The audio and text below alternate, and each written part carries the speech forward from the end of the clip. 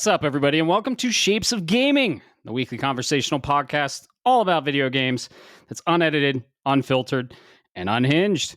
I'm one of your hosts, as always, Matt Stenson, Neocharge on PSN, and joining me, as always, for episode number 18, Bob, we're finally legal. It's the Retro Gaming Encyclopedia, Bob Harriman, Leon Lionheartley, as you all know, on PSN. What's up, man? How's it going? Happy Wednesday. Happy Wednesday. You took my joke. I was going to use that exact same one, man. Great minds, man. Great minds. Great minds. You know what else is great minds? We both have been pre-gaming this episode. We sure have. So it may be a little more unhinged this evening, or this week, should I say. That's what the people want, Bob. That's what the people want. Who am I to argue with the people? I guess I'm going to have to drink more beer. Right. Speaking of drinking, what are we drinking? Let's get right into it. Fuck it. Go ahead. You know what? I always lead this. I'm gonna switch things up. What do you got this week, Matt? All right. I'll lead. I got a returner. Actually, I had it in my fridge. I wanted to drink more. It's still summer, and we're going into fall, so I might as well drink it while it's still summer. I'm drinking the cucumber beer. It's the Berliner Weiss, and it's cucumber, lime, orange, and salt. It's just so goddamn refreshing. You know when you like go to one of those fancy hotels and you see the water and you're like, oh fuck, this water looks fancy because it has a little fruit floating inside of it, usually like cucumber and shit. Or if you go to a really fancy ass restaurant, I don't usually like those fancy restaurants. I like the fast casual, the trifecta, the cheap, healthy, and fast. But you get the water and it's got like that little cucumber slice in it. Why the fuck does cucumber make water so damn refreshing? Same with beer. So I love it. I don't know. There's something weird. And the only reason I say that is cucumber objectively is it's like iceberg lettuce. It's mostly just water. It's like celery. It's just water, but yet we use it. And somehow there's a flavor profile. Exactly. Did you know cucumber is very, very good for your skin? It has a lot of vitamin E in it. It has a lot of good minerals that help skin. That's why when you see like the chicks or dudes, whatever your preference is, like laying down doing the spa treatment, they have the cucumbers on their eyes. That's because it gets rid of the dark circles under your eyes, Bob. Oh, shit. I better order me a whole fucking bushel. Right? I'm about to be able to pack all the way to Europe with the bags under my eyes. But that's probably mostly because of sleep and plenty of caffeine with a douse of beer in the evening. Why aren't you getting good sleep? I get good sleep every night, man. I sleep as sound as a baby, for sure. I definitely didn't stay up till 2 a.m. last night playing fucking Death Stranding, which we'll get into. I don't know. There's something about it, Maybe I might be playing Death Stranding till 2 a.m. I might be playing another game up until late in the night. I might be... Shit, I don't know. I might get a wild hair up my ass and decide to organize my entire Magic collection. Yeah. ADHD is both a superpower and a curse, folks. Indeed. 100% agree with that. The tism is strong. What are you drinking? All right. So, keeping with that summer theme and a returning friend, because I know you know this beer, from our old friends at Dewclaw Brewing. The Sour Me America. Oh, yeah. Rocket Pop Sour Ale. So an ale brewed with tart cherry, raspberry, and lime purees and natural flavors. And I'm telling you, this thing speaks summer. Oh, you're saying all the right things. Yeah, that tends to happen when you're me. Damn. That is definitely a summer themed beer. Oh my God, how's that taste? Just tastes like you're at the fucking pool as a kid, doesn't it? Yeah, absolutely. It's got that. There's something about this beer, and I'm not a big sour guy, but this one it doesn't have that super tartness that's in there, but it's got a lot of the other flavor profiles that come in with the cherry and the lime on the end of it, and it keeps it refreshing, which I appreciate, mostly because. What the fuck, cat? Sorry, folks. I got a visitor on my lap. I can't wait till we get video. People will see all the shenanigans. We can put the beer cans up on the camera, everything. Start a beer can tower in the back. Exactly. You ever done that? Like the wall of beer cans? Yeah, of course. I got a bottle cap collection going on top of my fridge right now. So, are you going to use that to get the next Fallout game? Yep, that's the currency of the wasteland for sure. Yeah, dude, I'm I think I might be influencing your flavor profile, Bob. You're dipping your toes into the sours a little bit. And when I bought this cucumber beer, I had you try it, and you were like, "Oh, you love Yes. it." Uh, I'm coming around. Let's leave it like that. There's always a Yep. special place in my heart. It's kind of like maybe possibly Gears of War. I've got my preference Ooh. on my cover shooters, but I might come around to it someday. Exactly. Beer, unbelievably, is also subjective. I'd say it's a form of art for your taste buds, and people. It's been said people actually taste things differently. So if you like something and someone else likes another thing, or they don't like what you like, they might be tasting a completely different thing than you. Of course, there's notes and there's a a collaborative understanding of how something tastes, right? But there is science and research that says some people might taste things differently than you, kind of like video games. Everyone has their own taste and everything's subjective. And that's what this podcast is all about. Unless you don't Hey, like what I like, then you can just fuck off. yeah, you just I'm fuck off. kidding, folks. You're wrong. You're wrong if you don't You're like what wrong. I like. Yeah. Oh, this is of course another episode of Shapes of Gaming. We're on fucking 18. We made it to 18, Bob. Holy shit. We are drinking and talking games as always and having a blast doing it with you all. Let's get into the housekeeping. We've been busy, Bob, haven't we? We've built a crew in the back end. Should we give them a shout out? Yeah, absolutely. Build the crew, part of the ship, part of the crew. Exactly. We're cruising this ship along the currents and riding the waves, baby. So we have a social media marketing manager now, and that is Ryan Altier. Shout out to him. He's a good listener and friend of the show. Altier23 on Discord. He's taking care of our social media platform posts. So if you ever see a bad social media post, it's all his fault. No, but he's doing a great job. We just want to kind of get on social media and reach more people, and for also something to come soon. We don't know when, but it is coming soon. I'd say, let's just say September tentatively, which we also brought another person on, and he's kind of been part of the cast. He's been a guest on the show. He did our intro, outro. That's, of course, Alex Meese, Goat Lord Sriobix on Steam, and Oracle Mike on Discord. He has a lot of handles. He's very talented with audio, and he's going to do the audio video production. And we're going to try and get some live reacts for you all, and also some streaming on camera with comments, just all up in your fucking grill, just getting all the shapes of gaming and us. And we're excited, aren't we, Bob? Oh, dude, absolutely. I'm looking forward to the day that you all get to see this glorious presence of mine and aura. Ladies, it's okay. You can tell you, I'm happily married. All right. I'm not. The beard, though. The beard is majestic, and you will all be hypnotized by it. So, hell, I'm hypnotized every fucking podcast. I black out every podcast. I don't even know what I say. And after, Bob was like, "That was fun." I was like, "I don't even know what I said. I was just staring at your beard the entire time." I've learned there's powers of beards. First learned this I was at a concert with it was a super group, but really I was there for the drummer Portnoy. Anybody knows what I'm talking about? Oh, yeah, Dream Theater.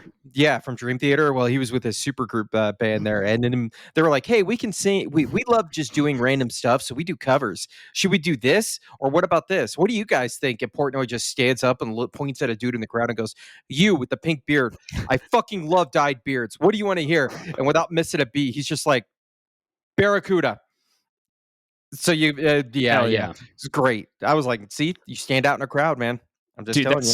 that's so funny. You gave a shout out to Dream Theater, one of my favorite bands. Shout out to Dream Theater. If you like Rush, if you like prog metal, synth, just artistic fucking orchestral craziness, Dream Theater is awesome. I actually was listening to Dream Theater on the way back here from helping my friend out and drinking at the brewery and just doing Wednesday nonsense.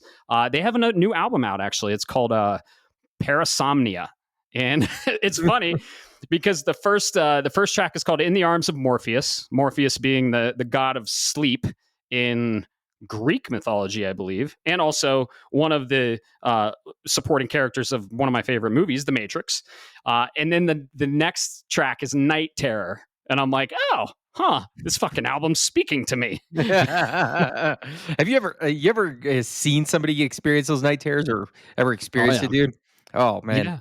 yeah, yeah. One time I woke up uh, vertically, and I didn't know how I got there, and that was recent. So That's called need to my get that. Saturday night, Need huh, to get folks? that checked out. Yeah. Just a typical Saturday night. Yeah, that's funny. You love Dream Theater. I love Dream Theater.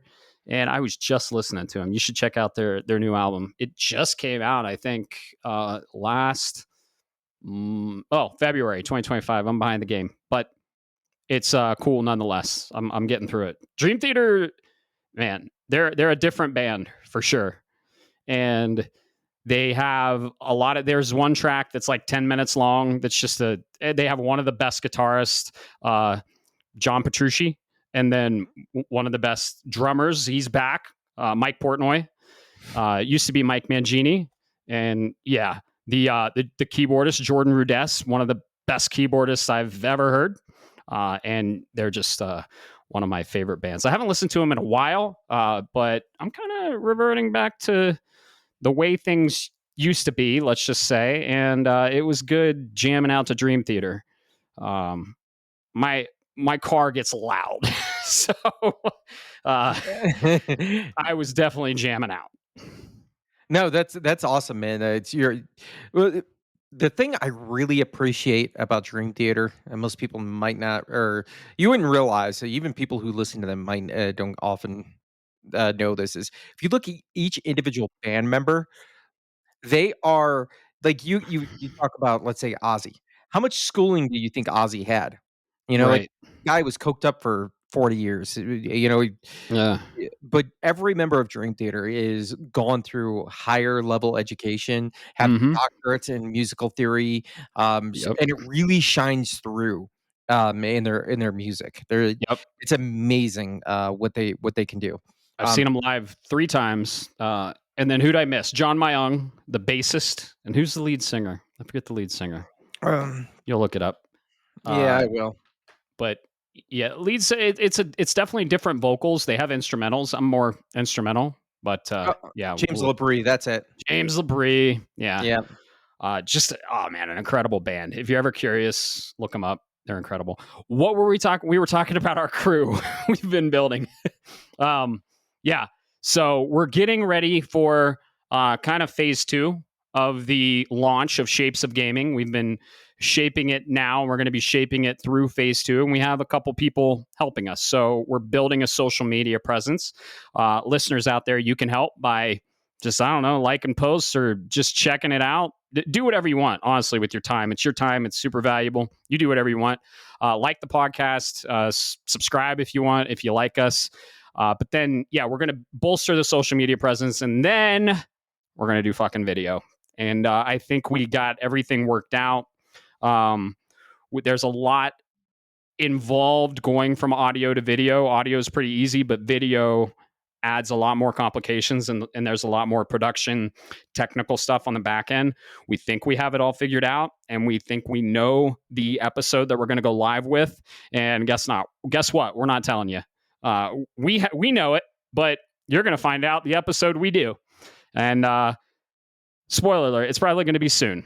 And I think we have a lot worked out. So you're going to be able to see our beautiful faces on video. We'll of course still be audio for all the podcast listeners, everyone on Spotify, Apple Podcasts. You'll still be able to listen to us listen to us audio, but then we'll have video on YouTube.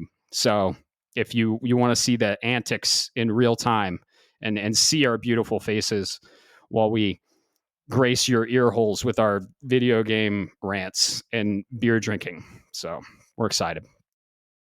Yeah, I'm looking forward to it, man. Yep. This has been a nice little. I like how we're doing this in phases and steps. Yeah. Babies, walk, crawl, run, kind of Yeah. mindset, and getting to that video phase. dude, it's a whole nother game. Like you said, there is so many complications that have to go into it. Not only do you have to keep in mind you've got a mic or a camera in front of you, you have to deal with the production that's complicated heavily now. It's definitely interesting, and I'm looking forward to it. This has been an amazing journey so far, and we're only 18 in. Yep, exactly. You know what they say, you got to preheat the oven before you stick in the turkey. So we're taking it slow, and we're doing it in phases. It means we're going to have to start wearing pants, Bob. And I'm not too happy about that because, yeah. Wait, those have been optional the whole time? Of course. I mean, shit, on video, I might not wear pants either. It's basically just a bathing suit, right? But yeah, we're very excited to go on video, and in all truthfulness and honesty, we really appreciate all the support. And if you want to join this incredible community, hop on Discord, join our Discord. Our Discord is pinned in all the socials. And Bob, where can people find us? It's short, it's simple. It's shapesofgaming.com, baby. Yes. Yeah, no. Plug it into your browser, and you'll find the landing page for everything, including the newly revamped and aggressively posting social media platforms, and most importantly, where you can hear us, and of course the Discord. Come join the community, say hi to everybody, and we only have one rule: don't be a dick. Don't be an asshole. Don't be a dick. Don't be any of those things. We also have a new social we created that you will see on shapesofgaming.com, and that is Twitch, because we are getting ready to stream. We don't know what our first game is going to be. It might be Borderlands 2. It might be Gears of War Reloaded. It might fucking be Fortnite. No, it's not going to be Fortnite. It might be Roblox. No, I'm kidding. But we don't know what we're going to start with, but we are getting ready for that. And we'll probably do the live reacts on a dual stream of Twitch and YouTube. We got a guy for that now. Shout out to Alex, and he's going to figure all that shit out because it's super complicated. And I know about 25% of it. So I'm just going to look pretty and be on the mic and yell at the TV. I was going to say, I know how to press the buttons on the controller and talk while I'm playing. That's about all you got out of this guy. Exactly. So that's why we're building a team. It's the and Shapes. I can drink beer. Oh, yeah. Yeah, crack that on mic. It's the Shapes crew, and it's going to be shaping the way we do things. Hey, and if you want to be involved, reach out to us. If you have a skill set that you think could benefit the show in any way, video, audio, maybe live performances one day, who knows? Let us know, because we're community driven, we're community built, and that's what this podcast is all about, shaping the way we do things with the community.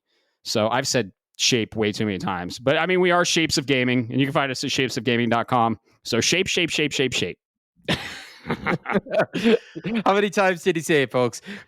There's a clip for you. How many times did he say it? Right. Let us know, because I'm not counting. Exactly. Let us know. We need an archivist. Who wants to be an archivist? One of those weird. I almost said weird, but one of those people that like really likes numbers and stats and everything else. Oh shit! Wait, yeah, I'm calling myself out here, bro. It takes a special kind of person to play Death Stranding.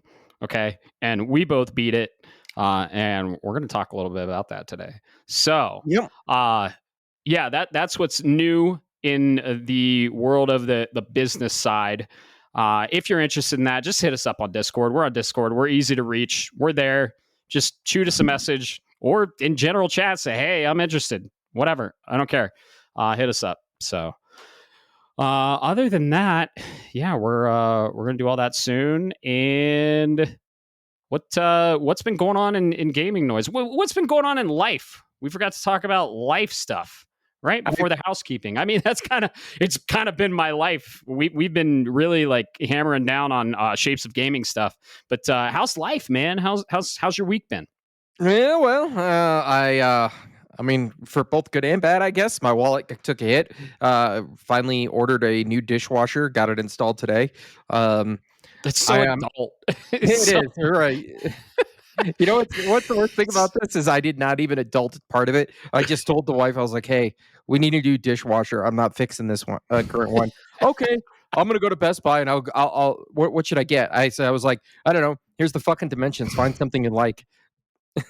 Nice. What brand did you get? What brand did you end up going with? Uh, I think it's a Whirlpool, but I don't know. It washes fucking dishes. All right. Oh, really? Is that what a dishwasher does? Uh, Well, I mean, they're good for. Oops. uh, uh, uh, yeah, no, I think Whirlpool's good. I think I have KitchenAid. I think that's a Whirlpool offshoot or something. But yeah, new appliances are fun and exciting when you're an adult. So that's Yeah, cool. yeah.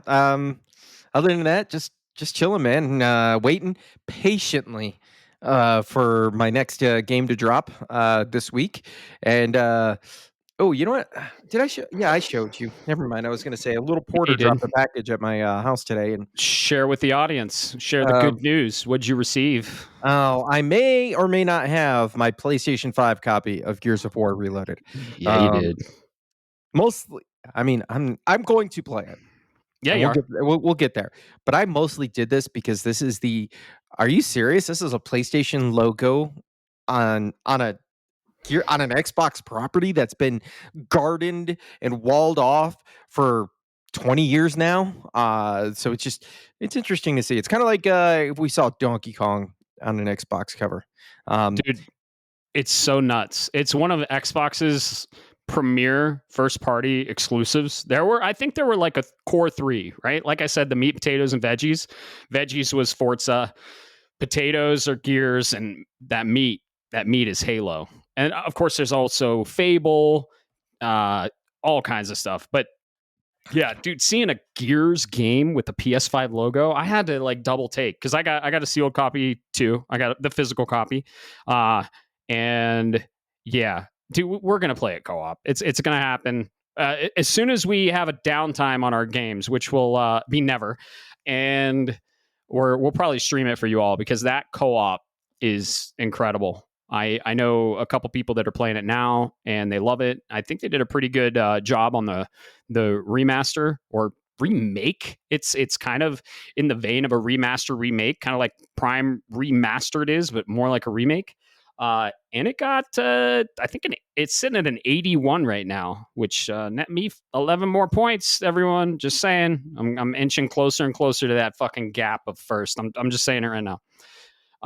It's anyone's game, not solos, anyone's game, but it's yeah, it's I'm getting pretty confident at this point. Yeah, no, you're absolutely. You've got a very solid chance. And I gotta say, because for the record, everybody, I played the original Gears of War. All right. Yeah. Eh, Did you beat it though? yes, I You beat it. beat it. Okay. Okay. And you pointed this out when we were chatting this week, Matt. The original Gears of War on Metacritic, because this was before the Open Critic days, got a 90 fucking 4. All right. Fucking Look, insane. I wanna go on the record and say Gears of War is a good game. Not Is it a 94. is it a 94? No. Folks, you need to put down the crack pipe and realize that game was a tech demo. If you want a cover shooter that co-op that's really good, that came out before Gears of War and doesn't get enough love, go play Army of Two. Enough said. But that being said, to see an 81, 84, something like that, you said it was. I think that's 81, respectable. I think it's sitting at. Yeah, that's respectable. That it's not a objectively bad game, but 94 is when you're getting into GOTY territory. And I'm Mm-hmm. sorry, when you're talking about Gears or when you're talking about Death Stranding 2, Claire Expedition, and Gears of War, one of those does not fit that mold. Well, it was the Um, time. It was the time. So I mean, it was on the 360. 360 was hot. It was a marquee new IP for Xbox, and it brought like the stop and pop shooting gameplay, and it kind of perfected it and polished it. It's a good game. It's not the best of the series. I'd say two or maybe three. I don't know. I think two is the best of the series, in my opinion, of course. But mhm. yeah, the fact that it got a 94, it's crazy. Yeah, it's sitting at an 81. So double digits Yeah, will win you drafts for they sure. will. They will. I just want to point out, Matt, and this is just not like me trying to rip on Gears of War. I'm trying to provide perspective to people out there and where I'm coming from and why I only bought it because of the novelty. And I will play it, but I really did it from the novelty. You know what else came that year? Twilight Princess, Okami, Dead Rising, Bully, Elder Scrolls 6. Yeah, it's a good year. Yeah, so it was an amazing year. Those 6 games or 5 games alone right there would be enough to eat up 6 months of my life if you're doing it right back then. And I know because I was stuck in the middle of the fucking desert for God and Country. Like that's how I remember this game visibly because I played 3 games in that combat tour map. One of them was Gears of War. The other was Halo 3. Naturally, we've been beating the hell out of people. And then a nice little game I may or may not be talking about later, but it's a first person shooter um, with a lot of and I don't want to give too much away. Let's say it's got a lot of psychological horror effects associated with it. Oh yeah. Hell yeah. Yeah, no, I love Gears and I'm excited to play it again. Uh what else released? Are we on the state? Do we have to do the state of the draft on this one? Oh I, shit, we I was, do. no, no, no, no. Wait till next week, man. Think about it. Uh Think about it. The reason wanna I bring it up is because we're Oh recording on yeah. the third. Yeah, that's true. We'll record on the third, right before the next big wave, and then this gives us a chance to finish the rest of this Yep, this month. that's true. We should wait on that for sure. Okay. Cool. Uh yeah, we got Gears of War. Um yeah, life stuff on my end, a lot of changes and a lot of beer drinking. Finished Death Stranding. Uh, yeah, we're gonna hang out this Saturday. That's gonna be fun. Test some production stuff with Alex on the live streaming stuff, and that'll be fun. Yeah. Other than that, not a whole hell of a lot. I've just kind of been ingrained in the shapes of gaming stuff and getting us ready for video, and we've been working on that. So, what's in the news, Bob? What do we got new? What has been announced this week? God, nothing. I mean, let's be honest. There's nothing going on in the industry. No releases. No, nothing. I know. I'm just, God. I'm just messing with you, folks. So let's see. I'd like to start it off with. I heard about this a couple months ago, Matt, and I'm pretty sure you did as well. Acclaim was the IP for Acclaim. So I want to be just for that sake of argument here is Acclaim the name, but none of its associated video game IP were sold. And this was probably I want to say about 6 months March. It was resurrected, and this time they're coming back. And not only are they coming back and said back in March they're ready to strike, they're giving us a showcase. Yeah, we got an event. An event in the middle of video game release season. Jesus. But yeah, this came from Game Informer, but it's all over the internet right now. On September 10th, Acclaim will host the Play Acclaim Showcase to reveal a lineup of upcoming titles. This news follows a series of trailers posted to the publisher's official YouTube channel, which is where the presentation will be broadcasted. Play Acclaim is going to air 11:30 a.m. Pacific Standard Time on September 10th. Matt, before I kick it over to you, I want to pose a single question. What games do you think we're going to see? Because, and then the reason I say this, what IP is remaining under the Acclaim banner now? So there's nothing. You've got the Acclaim name, but you don't have any of the associated IP that they had from back in the day. So Right. the question is, where are they going? Are we going to get new titles? Are they going to work with the original or the IP holder, the current IP holders, to maybe license things back out and kind of build up that hype train? Right. I'm kind of curious because these guys did a lot of. If you remember, they did a lot of licensed sports stuff back in the day. The WWE's, of most. My favorite, of course, of all time of theirs, Turok, which is coming. Yeah, we already got a Turok Rebirth, I think it's called. Yes, sir. Is coming.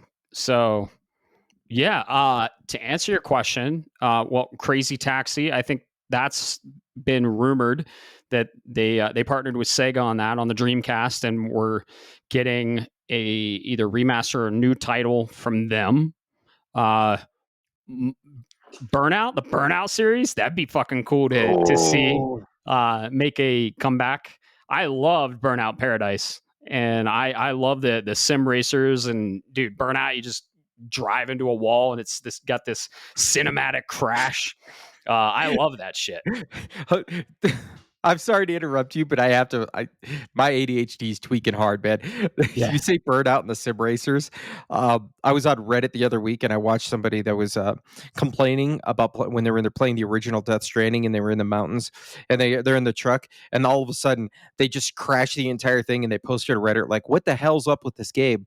But the problem is, you saw them just going floor to the pedal to the metal, and just like riding over everything like it was no big deal. And the top comment, I swear to God, was, "Dude, you're not playing fucking Crazy Taxi." Nice. Sorry.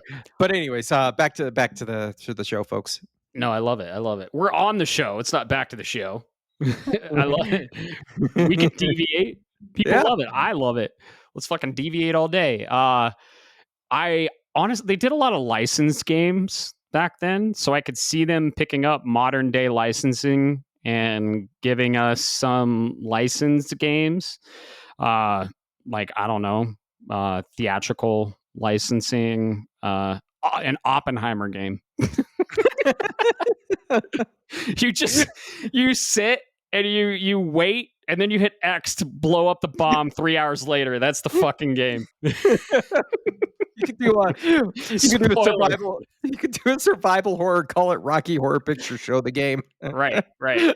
You're running from Dr. Frankenfurter as he's got a purple dildo. Frankenfurter. They did Shadow Man. Shadow Man was cool. I'd love to see that. That might be a remaster on my list. Who knows? Because this is the remake remaster episode. If we get to the main topic, no, I have some good ones for that. My favorite, my personal favorite, one I really hope they revisit this series. And when you sent me this, whoever sent it, I think it was you over the text string. I was like, please give us Extreme G. Remember, dude, Extreme G3 was think F-Zero or Wipeout with with bicycles, like well, not bicycle, with bikes, motorbikes, and the tracks. You got the anti-grav element. The tracks were fucking awesome music. The spoiler: this might be on my remaster remake list. Extreme G3, give us Extreme G4, and that's what I want. How about a new NBA Jam? Would you like a new NBA Jam from them? Dude, I would love another NBA Jam. Let's be honest though, I think if I'm not mistaken, we got a quote unquote reinvigoration of that. Yeah. All right. So it was a while ago. So that's what I thought my brain had. Yeah, well, send it, man. Just there's something.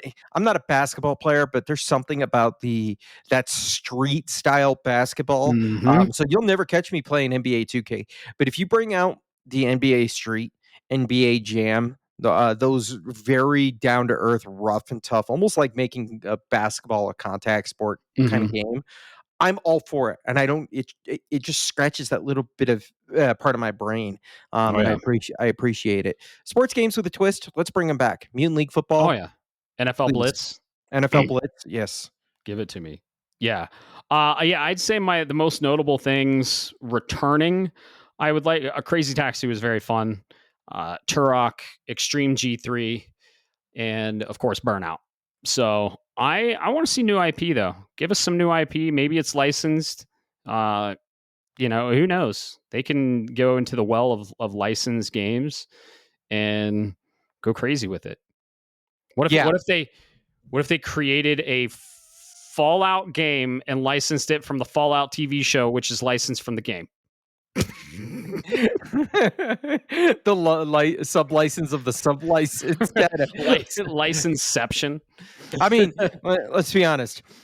Bethesda, you're not doing shit with that IP right now anyways. Just let somebody else have it. Right. Exactly. Didn't they do Mortal Kombat as well? They did one of the best ones, Mortal Kombat 2. We already got a Mortal Kombat collection coming, and Ed Boon's hard at work on Mortal Kombat 2. I think we got Mortal Kombat 1. They're just fucking cycling or something. I don't know. But yeah, maybe they'll do something with Mortal Kombat. Maybe we'll get some news. I don't know. Maybe September 10th we'll be ready for some live streaming. Who knows? Maybe it'll be a technical clusterfuck that's fun, entertaining, and we're all drinking. Who knows? Maybe we'll do it. But it is in the middle of a fucking weekday at 12:30 our time, right? Yeah, unfortunately. Shit. Um, and sorry, folks. We have those things called 9 to 5s Mm. that we have to deal with. Yep. So unfortunately, that's gonna have to be one. But I will be watching it, just because you have my attention. And I did want to say I missed this earlier when I was reading through the article. I don't know. Maybe I was drunk. Maybe I was high. I don't know.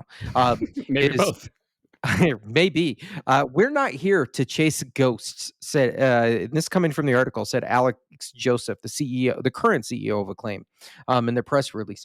We're here to take the new energy and chaos that made Acclaim unforgettable and channel it into something new.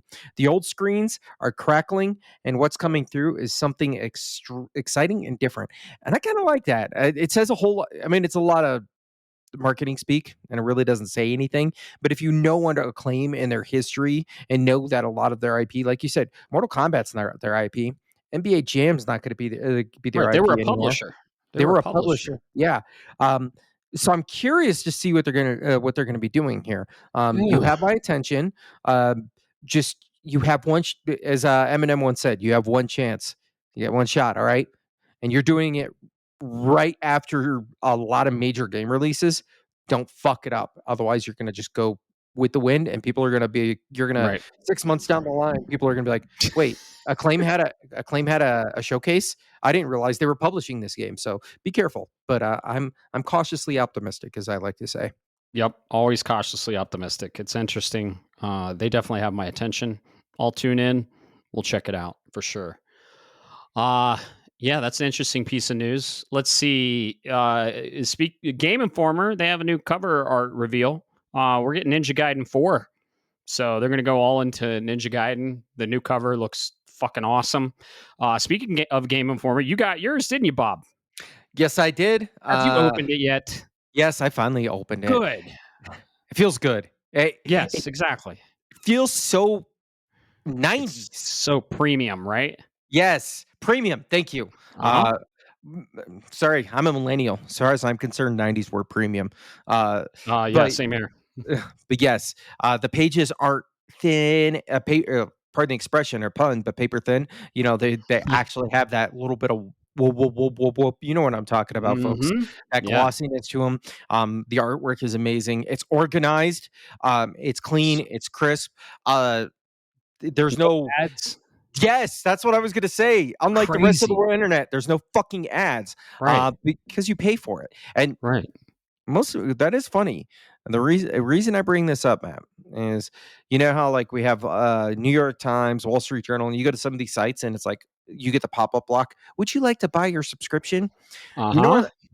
where it's funny is the irony behind all of this is if you look at the history of news media, and I know this is a bit of a tangent, you think a newspaper boy, extra, extra, read all about it, literally handing out newspapers. The problem was it created a world of disinformation, or created a circle of disinformation, as well as just, well, corporations doing corporate things.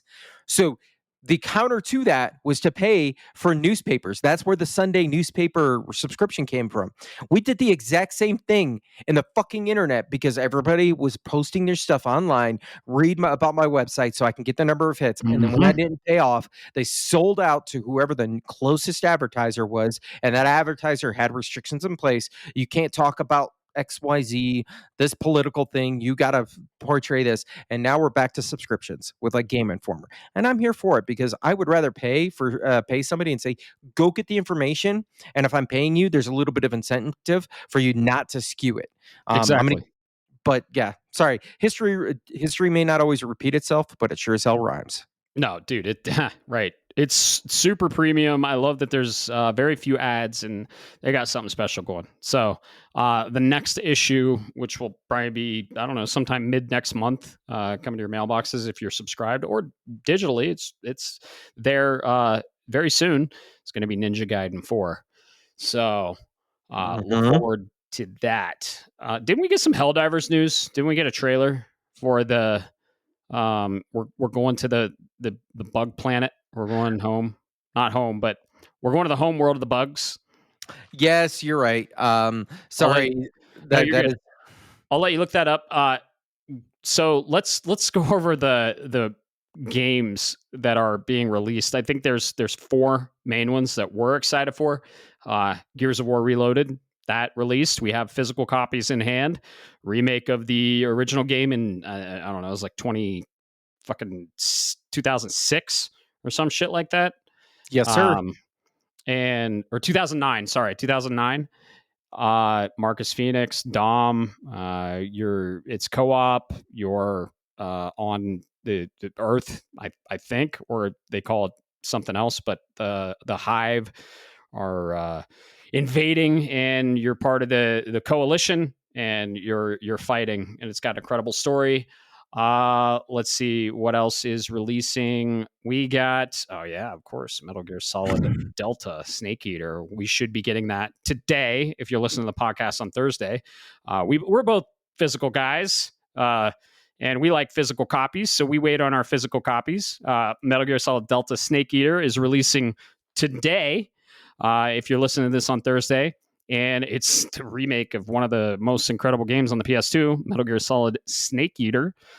It follows, let's just say, Snake, for anti-spoiler purposes. It follows Snake, and you're in the jungle, and it's heavily dependent on survival aspects. Got an incredible story. It's Kojima.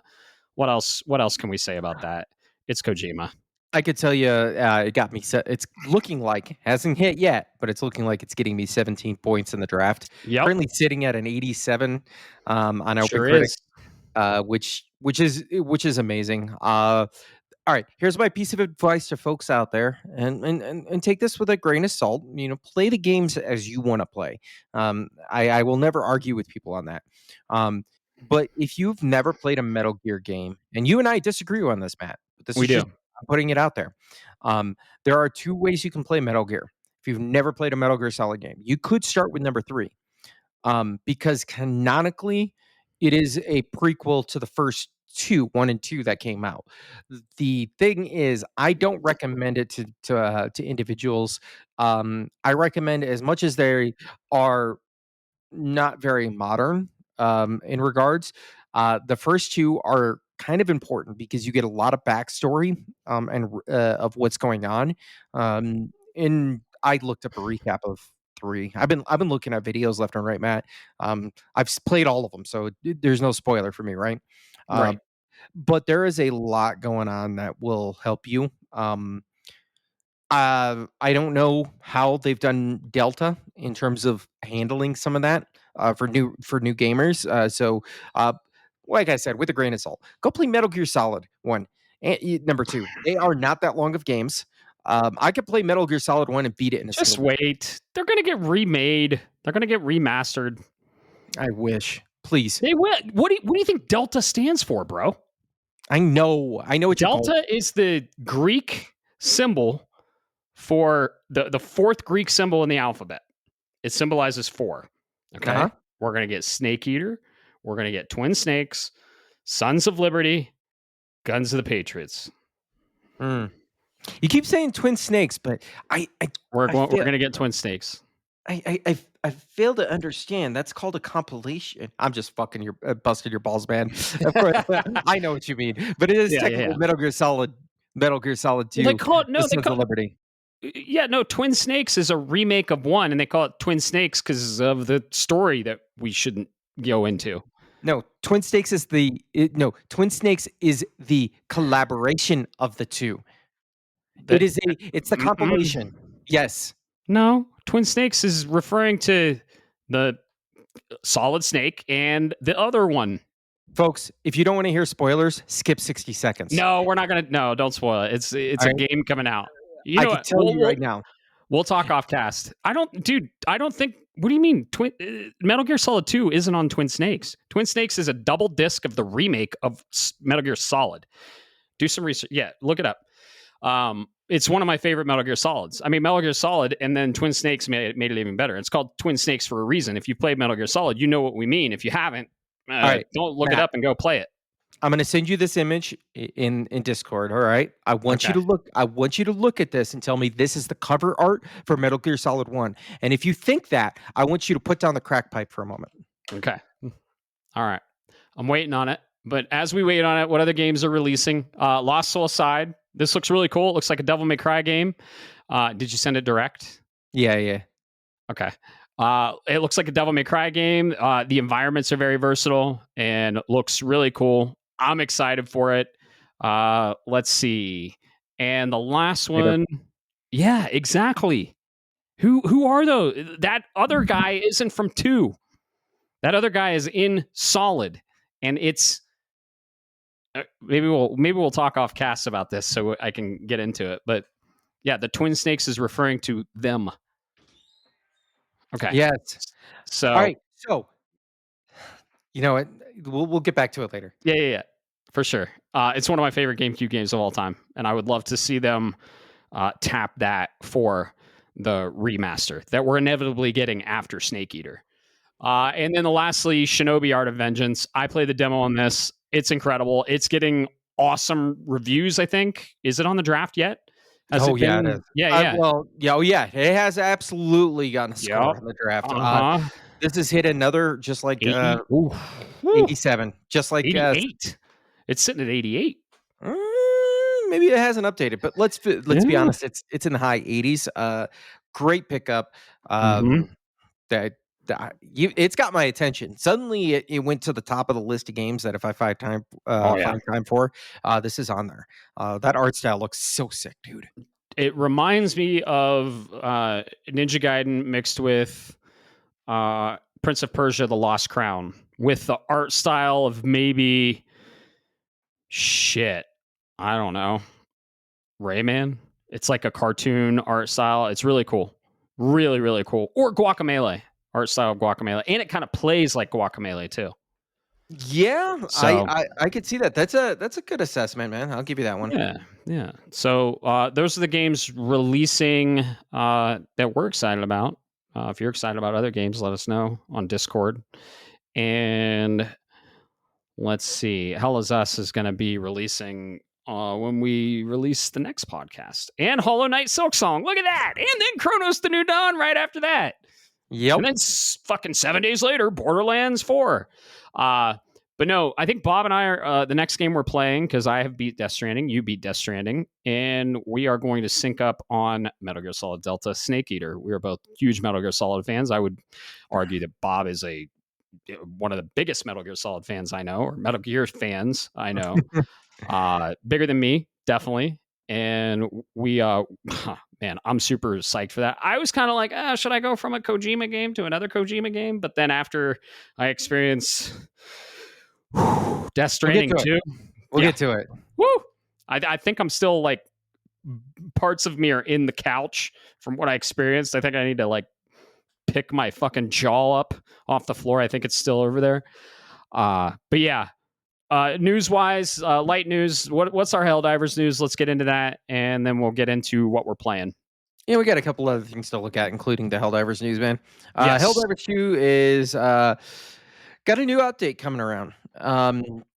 It was just announced. This was what, yesterday? I think we saw. This broke. So. This broke. It's taking us to the underworld in a big Into the Unjust update coming out September 2nd, which is amazing considering we just got the Xbox crew with that awesome war bond. Developer Arrowhead will add the new Terminated Hive worlds that bring us past the fog of the bug gloom. So we are going to the bug homeworlds and going underground.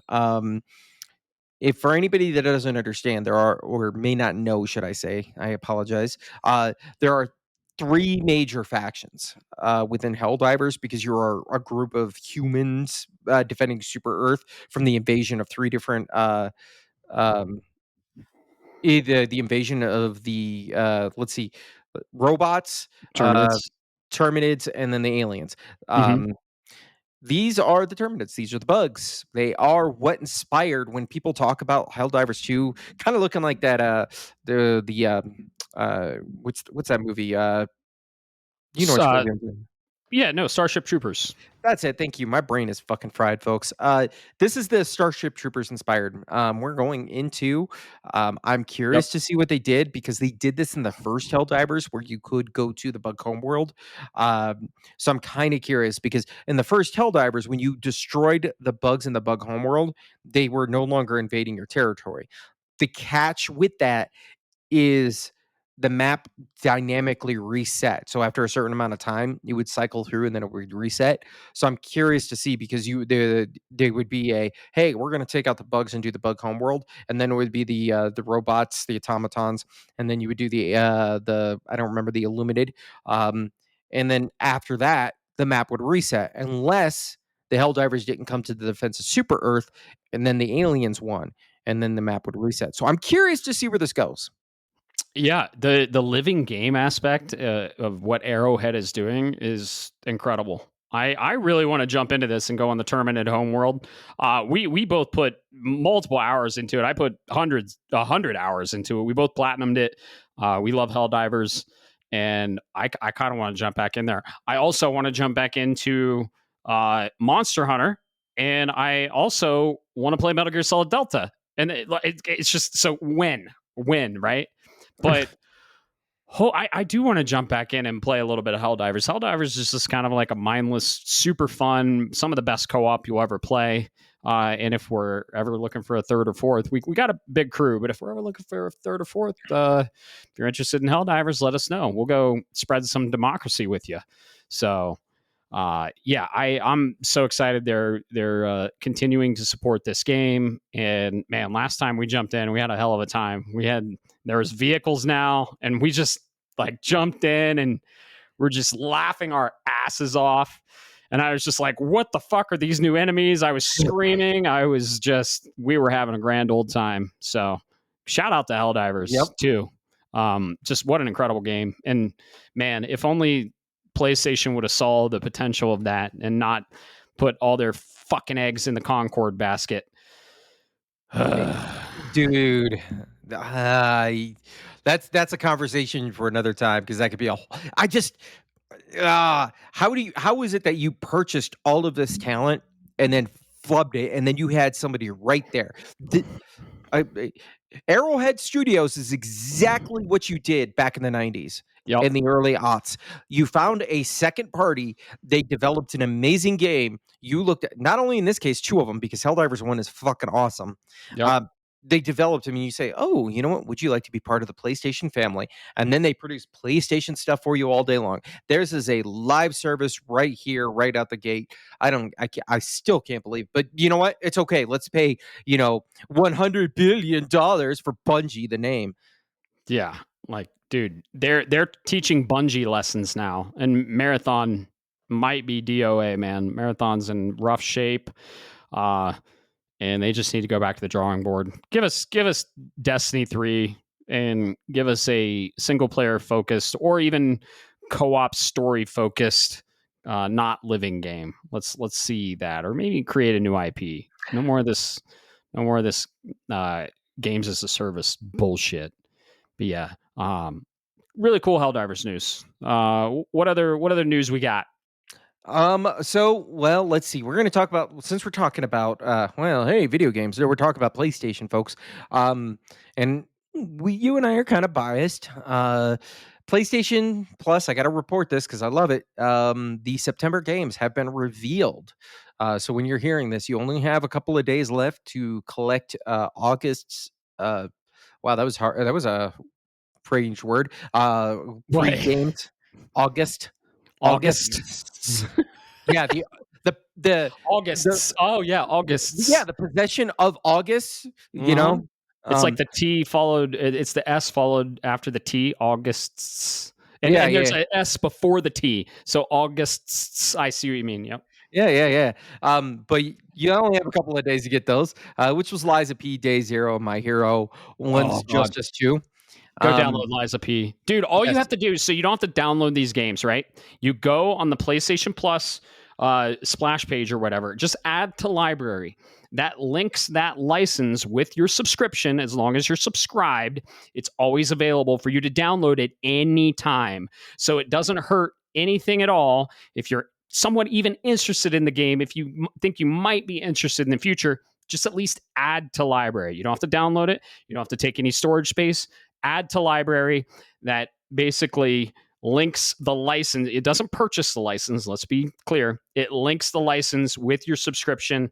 So as long as you're subscribed, you always have access to download that game whenever you want. So always do that if you're even somewhat interested in the game.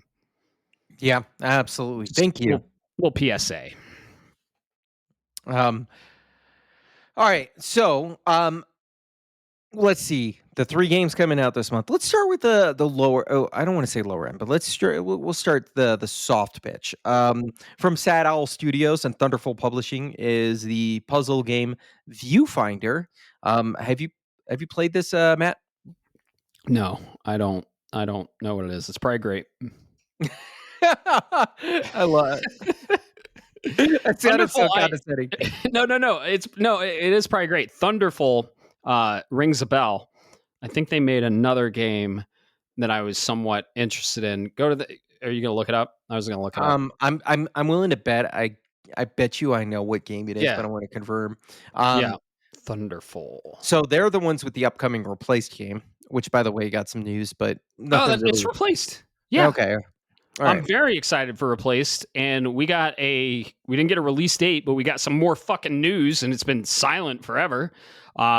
Yeah, they're making Replaced, a pixel art 2.5D side-scrolling cyberpunk shooter. Fuck yeah, count me in. Yep. It's everything. Yeah. So anyway, yep. No worries. The second one, let's be honest. Almost everybody's heard of this game if you've played video games somewhat, or in this sphere, if you will. And that, believe it or not, if you haven't bought this, because I think I did, I'm really shocked, which is the farming sim Stardew Valley. Oh yeah. If there was a farming sim, I would play this one. It's gorgeous pixel art, heavily inspired by Harvest Moon. Love Harvest Moon. Yeah. Dude, I'm reading this now. Stardew Valley. I'll have to verify this later, but Stardew Valley has sold 40 million copies since its release. 40. That's more than all of, I want to say, the Final Fantasy franchise combined. Like it's in that ballpark. No, it is. Yeah, it is. That's a lot of fucking copies. That's a lot of copies from a indie developer. So yeah, Last of Us, what as a IP has sold 10, 12 million? Yeah. Yeah, that's a lot of fucking copies. Thunderful did Lost in Random too. And they did the sequel. Lost in Random's like a Tim Burton third-person action adventure, card-based combat dark story, and I fucking loved it. Really? So, I haven't played that. I'm gonna have to go check it out now. You got my attention. Lost in Random. Oh yeah, it's good. Sorry. It's really good. Sorry, folks, I was wrong. It's not the Final Fantasy. It's another series. I was just looking up the numbers this week, where I wish I could remember which game series I'm talking about, but there's only like 3 or 4 in the series, and you're like, oh, this is a well-known video game, but it's only sold like 38 million copies in its entire series life cycle. Life cycle, and here's Stardew Valley, just big dick slap on the table. That's nuts, especially since it's indie. That's incredible. And they're making a new game, The Haunted Chocolatier. Yes, they are. I saw that, and I was like, you know what? I'm all for it. But yeah, if you haven't bought it, if you're not one of the 40 million that have bought it, go check it out. It's definitely good. When do these games go live? These are coming September 2nd. So you have they'll hit. You've got about a week left for everything else. And then, of course, the last one, I believe you've played this, Matt. This has had my interest for a long time. I just haven't gotten around to it. Released in 2001, sequel to a very beloved PlayStation 2 game. We're getting Psychonauts 2. Incredible. Yep. Yeah. It's a 3D platformer. But you know what? That's all I can say to it. You've played it, so take it away, Matt. You played it, platinumed it, from the mind of who does the Double Fine? Shit, what's his name? Oh, yeah, I know who you're talking about. Yeah, I'd have to look it up again.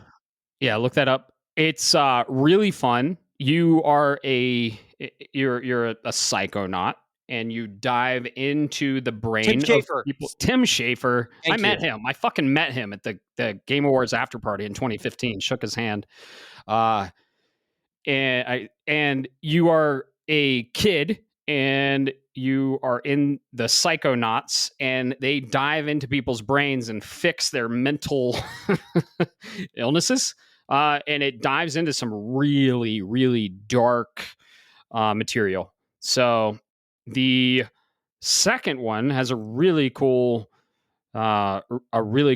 level, and a very popular fan favorite celebrity appearance happens.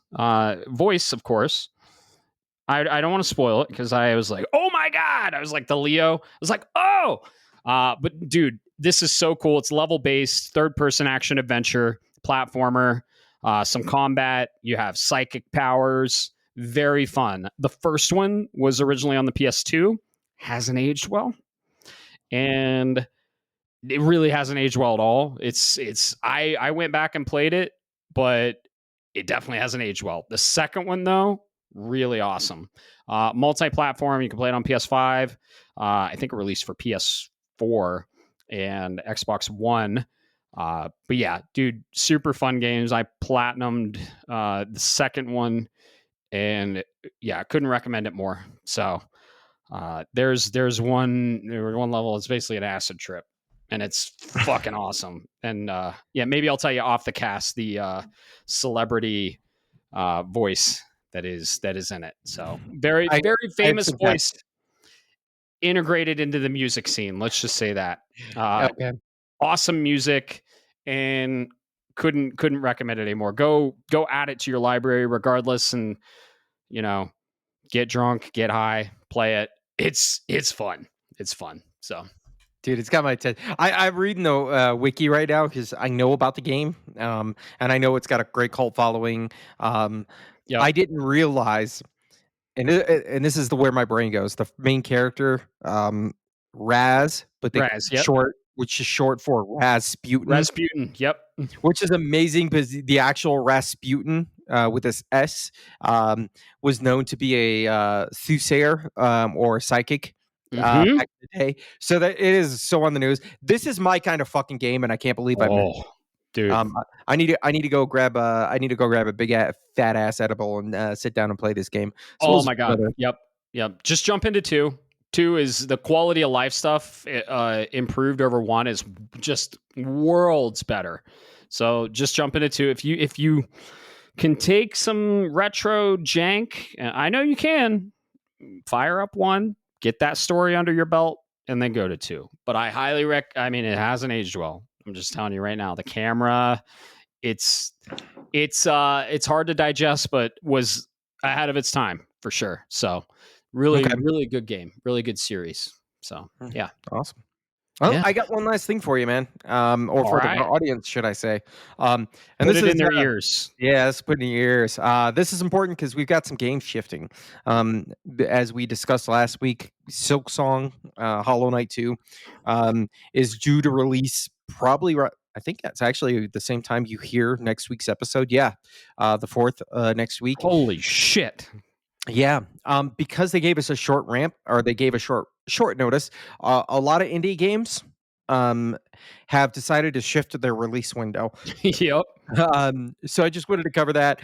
Obviously, that's to be expected. Yeah. Silk Song is a 15 million copies, 20 million copies, something like that. It's sold for an indie game. And once again, it's like a Stardew Valley. It just crushes it. But most importantly, Ape Out and getting carried over with Benny Foddy was set to launch on September 8th. That's actually been delayed to September 23rd. What was the PlayStation backed one? Baby Steps. Baby Steps. That's it. Yep. Baby Steps has been done. That's going out until September 23rd, giving a little bit of breathing room. There's a couple others in here that kind of makes me shock. Sorry, folks, I'm looking through this because I didn't write down the appendix notes for this. Oh yeah, here it is. We don't come prepared for this shit. We basically just like, hey, you got your beer? Cool. I'm gonna hit fucking record. Yep. Uh, I don't know how to say this, but YSBRD, Yesbird Games, delayed its tactical RPG Demon School from September 3rd to November 19th. They said, "We're Oh getting the wow. fuck away from that grenade." Oh yeah. Yep. It's reminiscent of what happened this fall when GTA delayed their release into May. I think it is. I don't even know. One of the M's, March or May, and the floodgates open for, you guessed it, September and October. So what did Hollow Knight do? They went into October or September, and now people are moving their shit. It's just like, oh, it's a domino effect. But yeah, Hollow Knight Silk Song is going to be huge. I think it's going to be great. I think Team Cherry is a wonderful developer. Hollow Knight's one of my favorite Metroidvanias, and I couldn't be more excited for Silk Song. I am so happy that Yeah. the Hollow Knight community is finally getting their roses. Um, so good, so good. That's all I gotta say. I have my own thoughts on Hollow Knight, and I'm gonna go back and probably retry and give it another chance. But I'm so glad. Yeah. Yeah. So the protagonist of Silk Song was a supporting character in Hollow Knight. Mm, And she was always fuck, what's her name? Silk Song I was gonna say you protagonist. know that better than me, man. I know, What it's like escaping me right I, now. Hornet. I Hornet. That's okay. Oh yeah, yeah. I remember hearing that name a couple of times. Yeah. So Hornet was a supporting character in Hollow Knight, and she was always very mysterious. And then when they announced that we were getting some DLC related and revolving around Hornet, we were super excited. But then they're like, "There's a lot here. We're just going to spin it off into a new game," and everything went silent. And we've been waiting. So it's like let's say in your vein, right? Metal Gear Solid. They Kojima says, "Hey, we all know you loved Gray Fox or uh, Cyber Ninja, and we're gonna spin You off a mean Frank game." Yeager? Right, right. Or we're gonna spin off a game. We're gonna spin off DLC for Metal Gear Solid, and we're working on it. And stay tuned. And you're like, "Holy shit, that's awesome!" And then they're like, "Hey, this DLC is taking a lot and there's a lot here. So we're just going to make a whole ass new game from it." And you're like, "Oh my God." And then they go dark for fucking 7 years. How would you feel, Bob? I can tell you how I feel because Elder Scrolls 6 was announced fucking 10 years ago at this Right. point. Uh, dude, I get it. Um, I I've heard, what? It's an interesting thought, man. I think Silk Song is one of the few games that could have just been like, and they should have. Just imagine what would have happened if they came Shadow out drop it. and shadow dropped that shit. That shit would have been great. I know. I would have been there with the fucking popcorn just watching the industry fucking freak out. Oh, yeah. Yep. If you can't tell, Well, folks, I'm not a Hollow Knight player, but I'm an observer and lover of this art form. it's a Souls like Metroidvania that has a really deep, dark fucking story, uh, and is gorgeous and super fun to play. I think you'd like it, but it takes a lot of patience, a lot of skill, that of which you have, but also a lot of time, and that of which you don't have right now. But I highly recommend it to anyone, including you, Bob. But it does take a lot of time, and it is one of those games where you die, you lose all your shit, and it's tough. It is worth a play for sure. One of the best Metroidvanias out there. It might be a put everything down and play for me. I'm not sure yet because I mean I'll probably be ingrained in Metal Gear Solid Delta, but I'm gonna play it very shortly after it releases, and I can't wait. Uh, can't wait. What? I had a very funny thought. We'll talk about it off cast because it is spoilers for Metal Gear Solid 3. Oh, okay. But I had a thought, and don't let me forget about the man because I think you could play Metal Gear Solid Delta and then break and you'll probably see where I'm going with this. Break for Silk Song and then come back to it. But if you do it at the right point in that game, it'll play Oh to your yeah. benefit.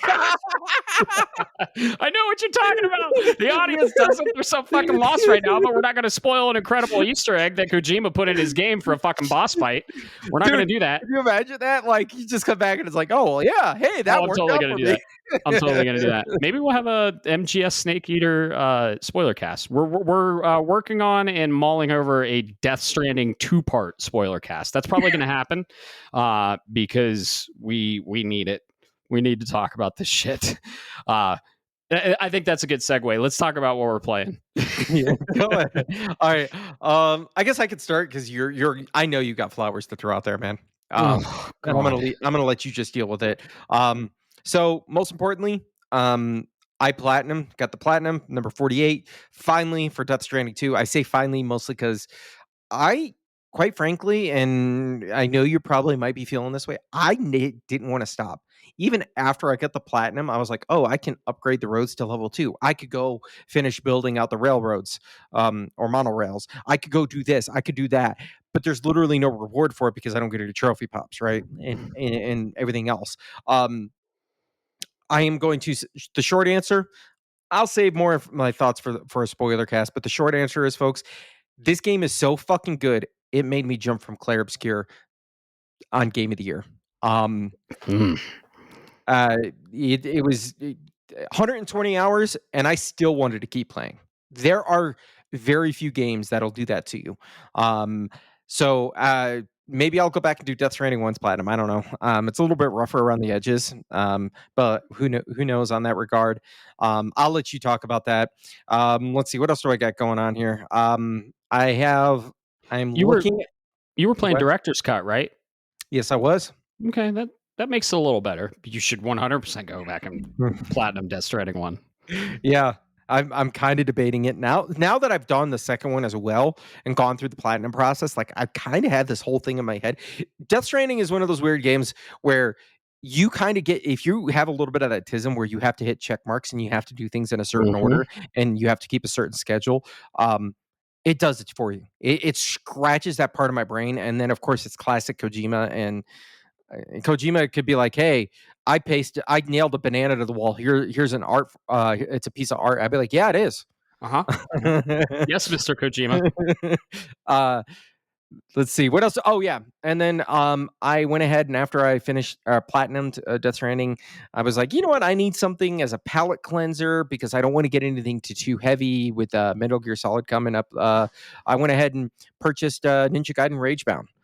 Um, I in that same day. Quite frankly, I beat it, and I say this in air quotes for since we don't have video. Where that means is I did the different endings. There's a I went through the main story. Like I did all of the missions. I got to see the endings that were there that was associated with it. There are some challenges I could go back to and do that, like level specific challenges. There's some secret missions, some upgrades to get. Sure. All I gotta say is this is a very, very solid 2D platform game. And I mean in the truest sense where you select a level, you go through the level and do the thing, you fight a boss at the end, and then you get a score, and then you can that score can maybe be improved by dying less, doing more damage, and completing certain challenges. There's collectibles that are included with it. When it comes to Ninja Gaiden, and it's where the pedigree comes from, I think it's probably the easiest Ninja Gaiden game that I've played. I've Uh heard that, yeah. yeah. Some of the challenges are more of an annoyance, like, why would I bother going like, when they're the challenges are either really simple, annoying, or what the fuck, why would you do that as a challenge? And I mean, Yeah. everything from, "Oh, make it through the level." One of them, complete a boss or defeat the boss within this amount of time. Okay, that's easy. Some of the annoying ones, collect all of these items, and it's like, well, why would Oh, I do yeah. that? And then there's other shit that's like, complete this 3.5 minute or 5 minute level that you got to run through without taking a hit, not dying, but without taking a hit. Um, it kind of goes into that extreme on the pendulum, but overall, amazing game. A game. The art style is on point. Uh, I I think what this thing does really well, and they understood the assignment with 2D platformers is uh, in order to have a good, successful 2D platformer, your controls and your hitboxes and everything else need to be tight. Oh yeah, You can't have unfair bullshit. right. The original Ninja Gaiden kinda has that if you yeah, but that's that NES era. This one, I never felt like if I there would be a mission, for example, where, hey, it would be like a challenge would be like, "Don't fall into a pit," and I'm like, "Oh, that's easy," and then I fall into a pit like 3 quarters through the mission. Never once did I curse and go, "Wow, this fucking game sucks. It fucking screwed me over." No, I was like, "Nope, that one's on me." There was a couple where I literally jumped and went, nope, that one's on me. It didn't feel unfair, Yep. and that's crucial Hmm. to a 2D platformer, man. But yeah, absolutely recommend. It is a great 8.5. If you got to give me, if I had to give it a score, it's an 80 to an 85 in my opinion. Uh, there are some things that I could say. It's got a little bit of that. How do I put this? I think it's a little. I think one of them I said is the overall game's easy, but the challenges themselves go from oh, this is a lollipop to what the fuck? Why am I jumping the Grand Canyon? And I think that needs some adjustment. The story is whatever, but at least we got the Okay. cutscenes. Um, but yeah, I definitely recommend it. If you've got 8 hours to kill and you're not caring about trying to complete a game, go check it out. It's a lot of fun.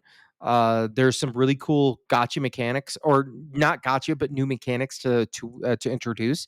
Um, I just think at the end of the day, while it's a solid game, there are other 2D platformers that do it better. I.e., you know what this game made me thinking, and this sucks because the bar has been set so high. Is What? I went, I wish this game could be more like The Messenger. And the messenger was inspired by Ninja By Gaiden. Ninja That's funny. Gaiden. Yeah, yeah, yeah. This is the new Messenger did Ninja Gaiden better, and I don't mean it as disrespect, but I think the Messenger is a better Ninja Gaiden game. Yeah. But absolutely, it's worth its weight in gold, or it's worth the price. It's like 20 or $30. So there's no issue. There's no mind's eye kind of incident going on here. Go check it out if you got the time, man. Yeah. Oh yeah, it's on my list. I can't wait to play it. I'm gonna go straight from Death Stranding 2, which I beat last night, which means Tuesday night, into Metal Gear Solid Delta, I believe. But I'm super excited for Ninja Gaiden, Ragebound, and then Shinobi Art of Vengeance. I might play Shinobi first because Shinobi is looking like a Metroidvania. But I don't know. I don't know yet. I'm gonna play the staples first. I think from Delta, man, I'll probably go into fucking Borderlands 4. Maybe. Who knows? Or try and squeeze Silk Song in there. I don't Good luck. fucking know. Yeah, but yeah, I finally beat Death Stranding 2. Is it my game of the year? TBD. And the fact that that's TBD tells you how good of a fucking game it is. I'm trying to debate which one is better. It's like comparing apples to oranges, right? And Clair Obscur has my favorite genre in its favor, turn-based RPG. But god damn, Death Stranding 2. It starts with a bang and ends with a bang for sure. The first 4 chapters, the last 4 chapters. In between, it's still really good. Uh I started getting a little fatigued. It is a long game. I think I was 80 hours after completion. But I was piece of candy. Ooh, piece of candy. And I didn't mainline the whole thing. I don't recommend you mainline the whole thing. I mean, after chapter 12, it kind of just mainlines you down. But dude, I was a big fan of Death Stranding 1. It's my game of the year. This is better than Death Stranding 1. This is better than Death Stranding 1. It's definitively, in my opinion, better than Death Stranding 1. Death Stranding 1 was like that new IP, that new Kojima IP, and what the fuck is going on, and it explained most of it. This explains even more. Fidelity wise, it's gorgeous. The last battle is, oh my god. The tones and the story twists. I melted into my fucking couch, bro. I lost control of my fluids in my body, and I, it hit home for me, as you understand why it would, and I can't go into it. I'll go more into it on the spoiler cast, of course. And I don't know if I'll be able to hold it together on the spoiler cast, but I don't care. It hits home for me on the tones and the things that happen, and I literally just had to put my controller down and just like bend over my other couch and just like let it all out, dude. I was just like, oh my God. Because what you think is happening isn't happening. Something else is happening. But there's two other things happening while that's happening. But guess what? None of that's true. This thing is really happening. It's fucking, dude, it explains, like, there's a huge twist and you're like, oh my God. And then there's a twist on top of that twist and you're like, what the fuck? My mind is blown. But wait, there's another twist on top of that twist. And it's just, Kojima is a master storyteller. He shows and doesn't tell. I mean, he tells a lot, but where it counts, right? He goes into a 30-minute explanation of one core mechanic of the game and explains why it's there from a lore perspective and why it makes sense to the story and the environment. Yeah. And it's just, dude, I've played a lot of his games, and this is his best. Damn. Did you like it better than Metal Gear Solid? The jury's still out on that. I don't know if it's better than Metal Gear Solid Twin Snakes or Metal Gear Solid.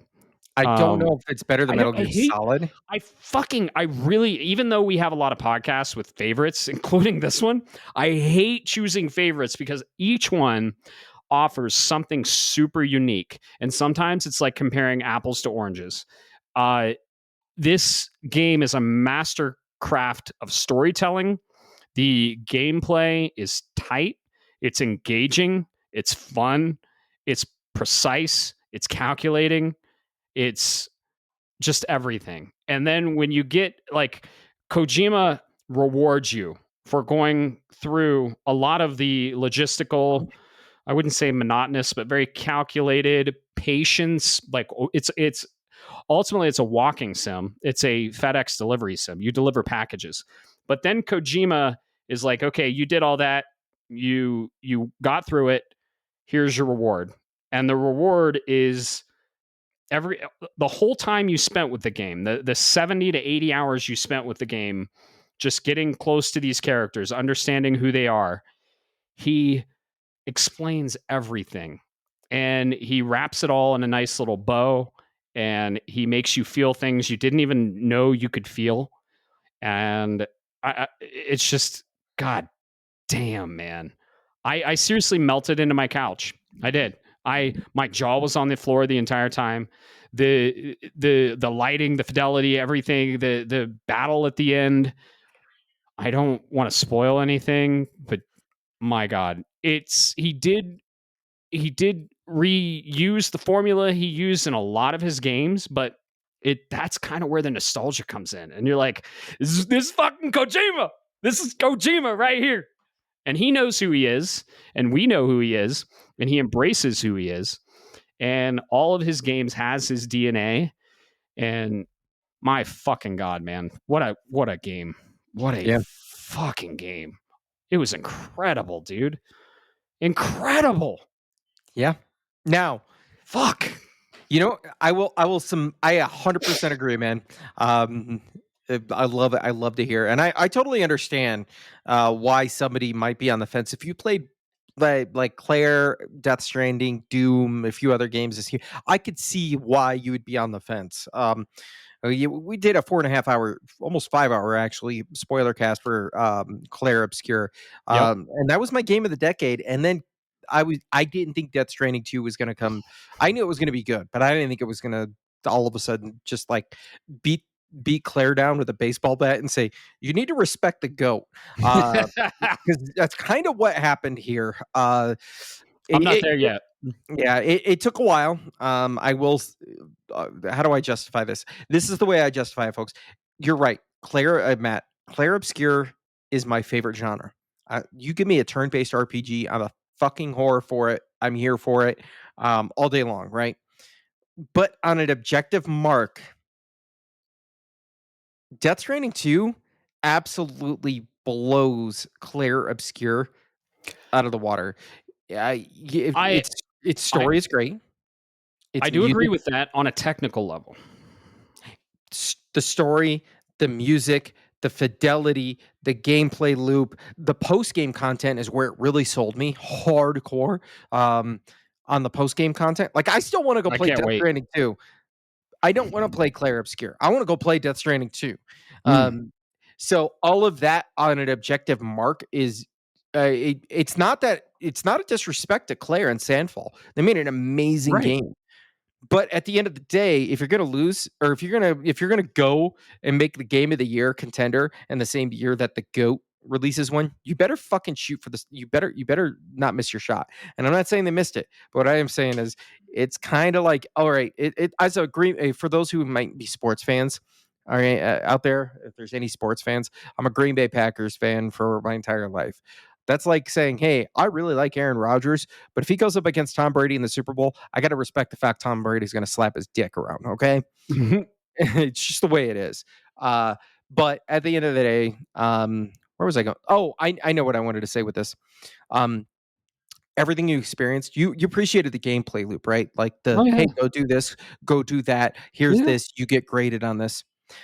All right, Death Stranding 2 is the finished Metal Gear Solid 5 we never got. Okay. So a lot of the DNA of Metal Gear Solid 5 exists within not just Death Stranding 2, it's in the entire formula, but Death Stranding 2 is where it really shines, where I go, oh, this kind of is the Metal Gear Solid 5 game we never really got. It's Kojima unhinged. Uh, I'm just glad you finished it, man. I'm glad you Hmm. enjoyed it. We'll Oh yeah. talk more in a spoiler cast. And you and I will talk more offline because I gotta ask you some things. I gotta see if you caught a couple of things. There's just some burning questions in my mind. I I I called a big story twist. I'm just saying. Yeah, you did. You're right. All I right. So saw it. without context, this is why we love Kojima. Is because you called one story twist, but there's an entire piece of this where you're going through, and then at the end, one of the characters goes, and looks right at the fucking screen and goes, "But Hmm. you already probably figured that out by now." And it's like, Yep. holy shit! Yep. Kojima breaking the fourth wall. Yeah, no, I called the one of the story twists and I was like, this is what it is, but I have no idea how they're gonna explain it. And guess what? He fucking explained it brilliantly three Yes, times over. So yeah, we'll go more into it on the spoiler cast. We're trying to organize that. There's going to be a couple guests on that have also played the games and are also big fans of Kojima. Uh, I don't think the music is better than Claire. Claire has a lot of original music. That score, I think, is better. Death Stranding has a lot of compiled music that I've actually found a lot of cool artists from this soundtrack. I still think Claire has it on soundtrack and score for sure. From a fidelity technical level, the Death Stranding is 100%. From a professional polish level, Death Stranding 100%. But yeah, I just fucking hate picking favorites. We're about to pick favorites right after this because anytime you pick a favorite, it kind of devalues the thing you're picking over it. But I yep. feel like these deserve the same spot at the table and they offer unique experiences as a whole uh, individually, if that makes sense. Like It it's comparing apples to oranges. It So, really it really is. That's a great way to put it, Matt. yeah. They are different things. Um, Go play them both. Oh, These please, will God. be Jeez, what a fucking year for gaming. We get two bangers. It's like, 2 bangers, plus we my get a God. Kojima remake that looks pretty fucking good. Yeah. Plus, we got Monster Hunter, which I think what's really weird about this is these are Claire and Death Stranding 2 are, as far as I'm concerned, are the, like, GOTY contenders at this point. Oh, yeah. You kinda get that sense in the industry, but then you look at everything that else, that has come out, like Split Fiction, and then everything else that's coming, Silk Song, Delta, Ghost of Yote. It's like What a Jeff year. Keighley Jeff Keighley, I do not envy you this year, my friend, because you've got a very hard task ahead of you. Yeah. Ooh, that the nominations are coming out sometime in November. That would be a cool cast. Maybe have another guest on that we go and we do our nominations on cast. Do our nominations and bet who. I think we could put a place a bet as to who we think is going to win each Okay, category yeah, based that'd on be our fun. nominations. Put a little, maybe Maybe maybe put a even a 6 pack of beer special. or something Oh yeah, on maybe it or even a something. special bonus episode or something. Yeah, I think that'd be really good. Really good. Yeah, yeah. Yeah, Hell yeah. absolutely. Yeah, no, I have a lot more to say about it. Can't say anything because I'm going to save it for the spoiler cast, and I don't want to spoil anything from this amazing game for you all. But if you're at all curious about the game, just go play it. Just give it a chance. Go play Death Stranding Director's Cut. Dip your toes in there. I think if you're PlayStation Plus Essentials and above, you can check it out, included with your subscription. So if you like Death Stranding 1, Death Stranding 2 takes fucking Death Stranding to 11. Let's just say that. And Yes. I thought Kojima set the bar and I didn't think he was going to go above it. Yeah, he did. Death Stranding 2 is a better game. It's a better game. Man, I kind of with God of War and God of War Ragnarok, they complement each other so much and you can't really play one or the other. You have to play them together. And I feel like they're one game. I feel the same way with Death Stranding. And I don't know if the ending opened it up for a 3 or that's the thing. Kojima like left it open or he closed it and wrapped it up. He did both. Like Spoilers. what? No, you're right. That's You're right. super vague. That's Yeah, super vague. yeah. Now I'm so glad you saw that. Like I'm like, you know what it reminded me of? And I'm gonna be very vague on this too. Yeah. It kind of reminded me the ending of Metal Gear Solid 2, where like if he Mhm. had stopped and hadn't done anything else beyond and doing 4 and 5, Mhm. or 4, should I say, I would have been happy because I would have been like, okay, yeah, I get it. Even though there's more story to tell, you're kind of it's kind of one of those. I know there's more to this world, and that's kind of cool, but I'm satisfied with what I got. Like I would be Yeah. okay with this ending. Uh, All I have to say is if you're curious and you watch a trailer on Death Stranding and you say what the fuck is going on? I have no idea what is going on. This surely can't all be explained. It is. When you play both games and then you go watch the trailer and you're like that makes total sense. And I feel like a psychopath saying that. That's Kojima, baby. It's It's Kojima, all baby. part of the Holy shit. marketing, but like he's the only guy that can have a game where there's a dude Oh with a my fucking god. guitar, and you're like, Oh, why is he there? What purpose does he serve in a post-apocalyptic world? And you're like, just shut up, enjoy it, and then you do. yep. Yep. And if you want to get hit in the feels multiple times, on the level of Claire, I'd say, man, I melted in the couch. I questioned my life existence. I just Jesus, what a game, what a game. But we'll go more into that on the spoiler cast coming soon. We're trying to get scheduling squared away. What do you say we get into the main topic, Bob? Unless, yeah, you play you whenever all your games you played. I wrapped up Death Stranding. That was my main focus. I played a lot of Death Stranding the last week. I played probably about 30 to 40 hours of it. So, and holy Yeah, shit, loved every second. just Um, in time for the next Kojima game. Yep, I'm gonna dive right in, dude. Metal Gear Solid.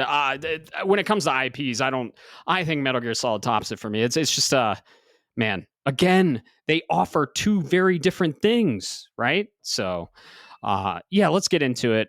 This episode is gonna be about our top 10 remakes we want to see. Now, top 10 meaning Bob's going to give us 5 and I'm going to give you 5. A total of 10. We might do some honorable mentions here and there, but we're going to go into the remakes, remasters we like to see from some of our beloved titles of older games. I don't know about you, but I feel like PS2 is my limit to what I want to see remade after. I mean, some PS3 games are or in that genre, PS2, GameCube, that's kind of my limit. After that, it's more like a remaster.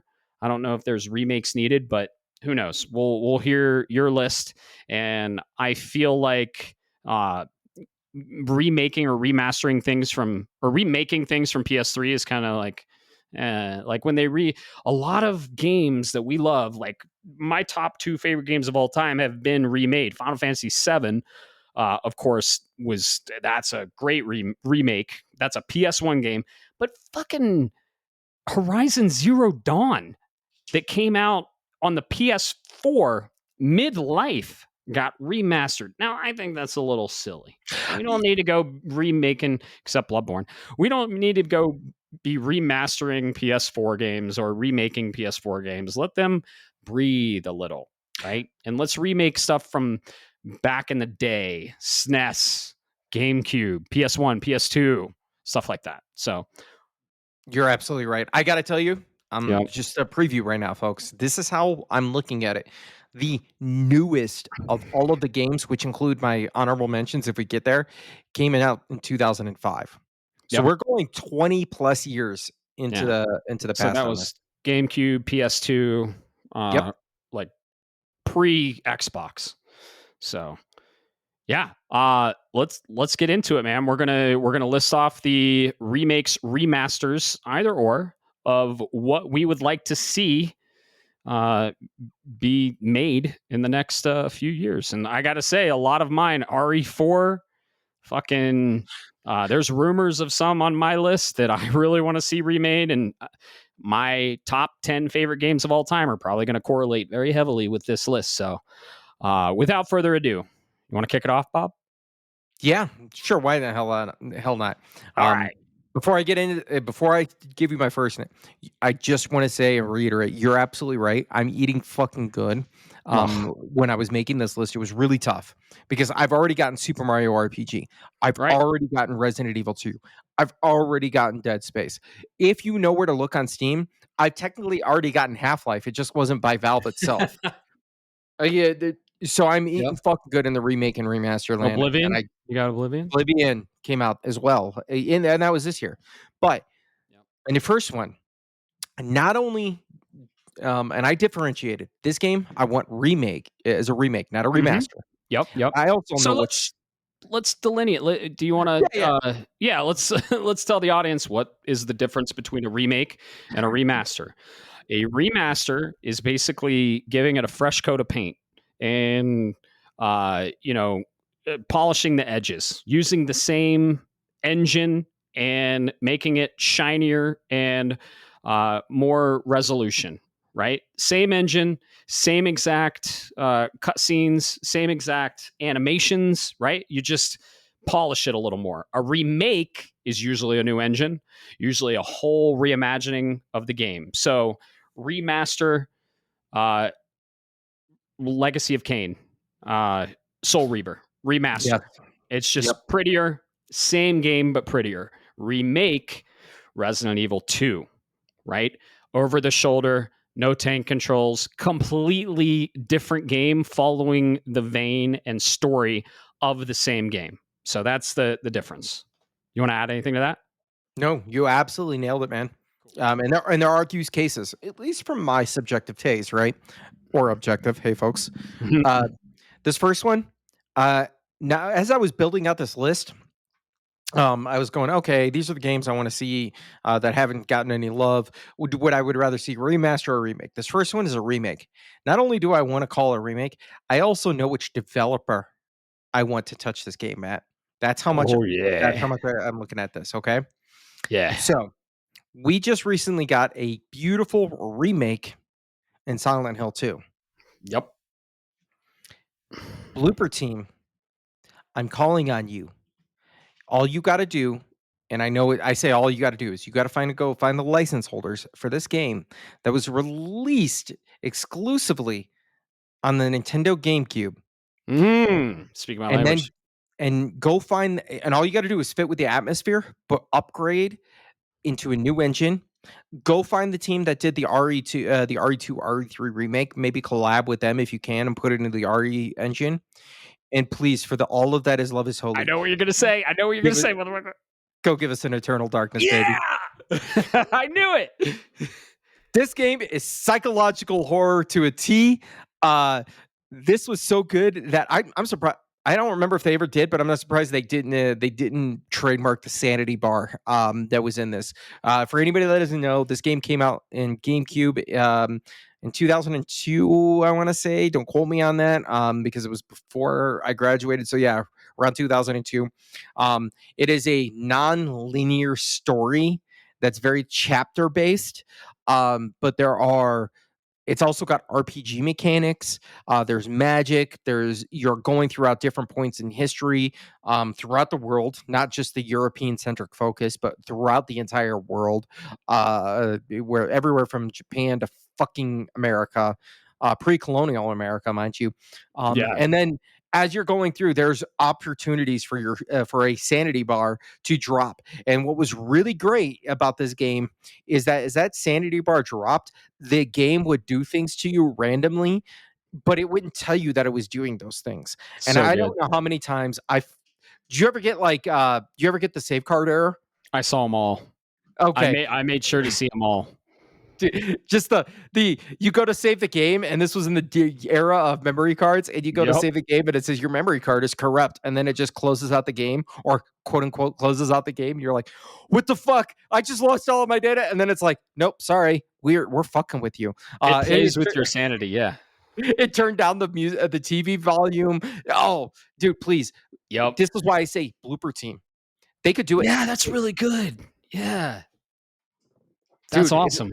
Yeah, they did Silent Hill 2, and they took that atmosphere and they Uh-huh. cranked it up to 11. Let them do that with the Eternal Darkness, Requiem Sanity. Holy shit! I would buy 3 copies of it. Just one to play into the ground, one to play again, and one to keep sealed. What an incredible choice. We booted that up when you came over, and I was like, "What do you want to see on the game?" Because I have the HD converter that converts like the Wii games to HD, and the first thing is Eternal Darkness. And I'm like, "Oh my god, that's a fucking awesome choice." Yeah, this game breaks the fourth wall. Uh, I'd say it has some Kojima inspiration, especially from some specific bosses in some of his games. Let's just say that. Uh, and yeah, it fucks with you. It starts fucking with the player's sanity because yeah, there's a sanity meter, and dude, it follows a bloodline across centuries, and it gets into uh some really crazy shit. Like, I don't want to spoil a lot because they might remake it, or if you're curious, go and play it. But yeah, who man, I don't want to say the god's name, but who is the inspiration for this? It's a famous writer. What's his name? I don't. Oh, I know what you're gonna. Yeah, I was yeah, yeah, about yeah. to say it too. Right. So this game is very gothic of the Edgar Allan Poe era. Yes, Edgar Allan Poe. There's another one who makes. Oh, I don't want to say it because it'll spoil it. But if I say the artist name, yeah, yeah, yeah, you're with me. You're with me. Oh. You're with me. You're gonna. Oh, gotcha. No, no, no, Yep. no. H.P. Lovecraft. Yeah, Lovecraft. Lovecraft. Very Lovecraftian. Lovecraftian. It is very Lovecraftian. Yep. And I'm looking, Nintendo technically is still the IP holder for this. Oh God, So yeah, I don't know. Nintendo man. Miyamoto, before you retire, man, just do me this one last thing, please. Do Yep. one last favor. Uh, After that, you can go retire into the sunset for all I care. Yep. Nintendo owns the IP. Silicon Knights developed it. And what an incredible game. Awesome. Yeah. Very survival horror. And the combat was pretty good. Man, yeah, Bloober team, bring that back. That's a You know, good one. That's a you good know, one. this is how much I love. You know who developed the game originally, right, Matt? What is Silicon Knights? Yes, sir. Good Yeah. memory. Good. Ah, I miss thee. Right. Yeah, they had some gems for sure. But yeah, I had to nail it out Good one. because this was why I knew even who the developer I wanted on this. So definitely give this a full remake. Blooper team, go do it. I'll start Love the it. GoFundMe. Oh So yeah. what do you got? What do you got, Matt? I'll contribute to that GoFundMe. I fucking loved Eternal Darkness. I still have the physical one. You know what? I'll pull from the GameCube era, one of the best eras of gaming for Nintendo, and I will throw out a launch title that we've gotten sequels to that they could do some incredible. It's first party, Nintendo follows a very little known protagonist, but is the brother of a very well known protagonist. You know where I'm going with this. Oh, Give yes, me. sir. We recently got a remake of 2, Dark Moon. Give me that Luigi's Mansion remake, and give me that new lighting. Give me that. Flesh it out a little bit. Throw it on Switch 2. And dude, I still to this day love Luigi's Mansion. One of the best launch titles of any console, really. Uh, Not ported. It showed off the lighting. It showed off the graphics of GameCube. It was mind blowing at the time. It put Luigi on the map. You're Luigi, and you go to this mansion, and you get invited by. You'll find out, and you meet this professor, and it gives you a little vacuum, and it's basically Ghostbusters with Luigi. And you have a vacuum, and you go around the rooms. The reason I like the original Luigi's Mansion is because each boss ghost you encounter is so unique, and the mansion is so awesome, akin to maybe Resident Evil 1, with all the rooms. And it's just a tight gameplay. The lighting at the time was awesome. The lighting they can do now would be incredible. And I would just love. They did it with Dark Moon. They remastered Dark Moon. I played that last Halloween, and then followed it up with Luigi's Mansion 3, which was on my backlog that I really wanted to play. But yeah, dude, I'm waiting for that Luigi's Mansion remake. Give it to me. Yeah, Put it on the Switch 2. Put it on the Switch 2. yeah. This is a. You said remake for this or remaster? I'm sorry. Remake. Oh, really? Really? I could see it as a Mhm. remaster, Either personally, or. but I definitely see where you're going with the remake. Put Luigi's the Mansion was Use the camera from 3 and integrate that into 1. bingo. There you go. That's all you need to do. Uh, you're right. This was it was such an amazing game because I'm not saying Mario Sunshine is a bad game, just like Clair Obscur is not a bad game. Right. But Luigi's Mansion is the Death Stranding 2 of that generation where it came out and it was just like, I'm sorry, Sunshine, you're a great game and you showed us a lot of cool water physics and a lot of cool colorful world design. But Luigi's Mansion has that certain je ne sais quoi, as they say. Oh, yeah. Every is unique. It's great because you're being a Ghostbuster with a guy who's, pardon the expression, but he's a big bitch the entire Yeah, game. he is. He is. He's so scared. Dun, dun, dun, dun, And that dun, dun, music, dun, dun, dun. And he's like, it's hello? Hello? oh no. Oh, no. It's so good. It's So so good. fucking good. Oh, that's a good pickup, man. Mario? And you're basically saving Mario. I think that's very early in the game that you're saving Mario. And the antagonist, the main antagonist, is kind of a thing you find out eventually, but it's not who you think it is, and Yeah. he's really cool. So yeah, dude, I'd love to see that, man. They remade 2, 3 was great. 1 is my favorite. Give us that remake, remaster. I don't care, but yeah, it's a good one. That's a good pick, man. I like that. Yep. Um, all right. I think I'm gonna keep it a little bit on that cartoony side with you. Okay. Um, this one, I don't know if you've played it, but I've talked about this game before, and there's 2 of them. There was a supposed third one, or there was a third one, but unfortunately, uh, did not happen. Mostly because the creator of the IP itself left the studio, or the developer. Um, I think this game is a remaster, and hear me out on this.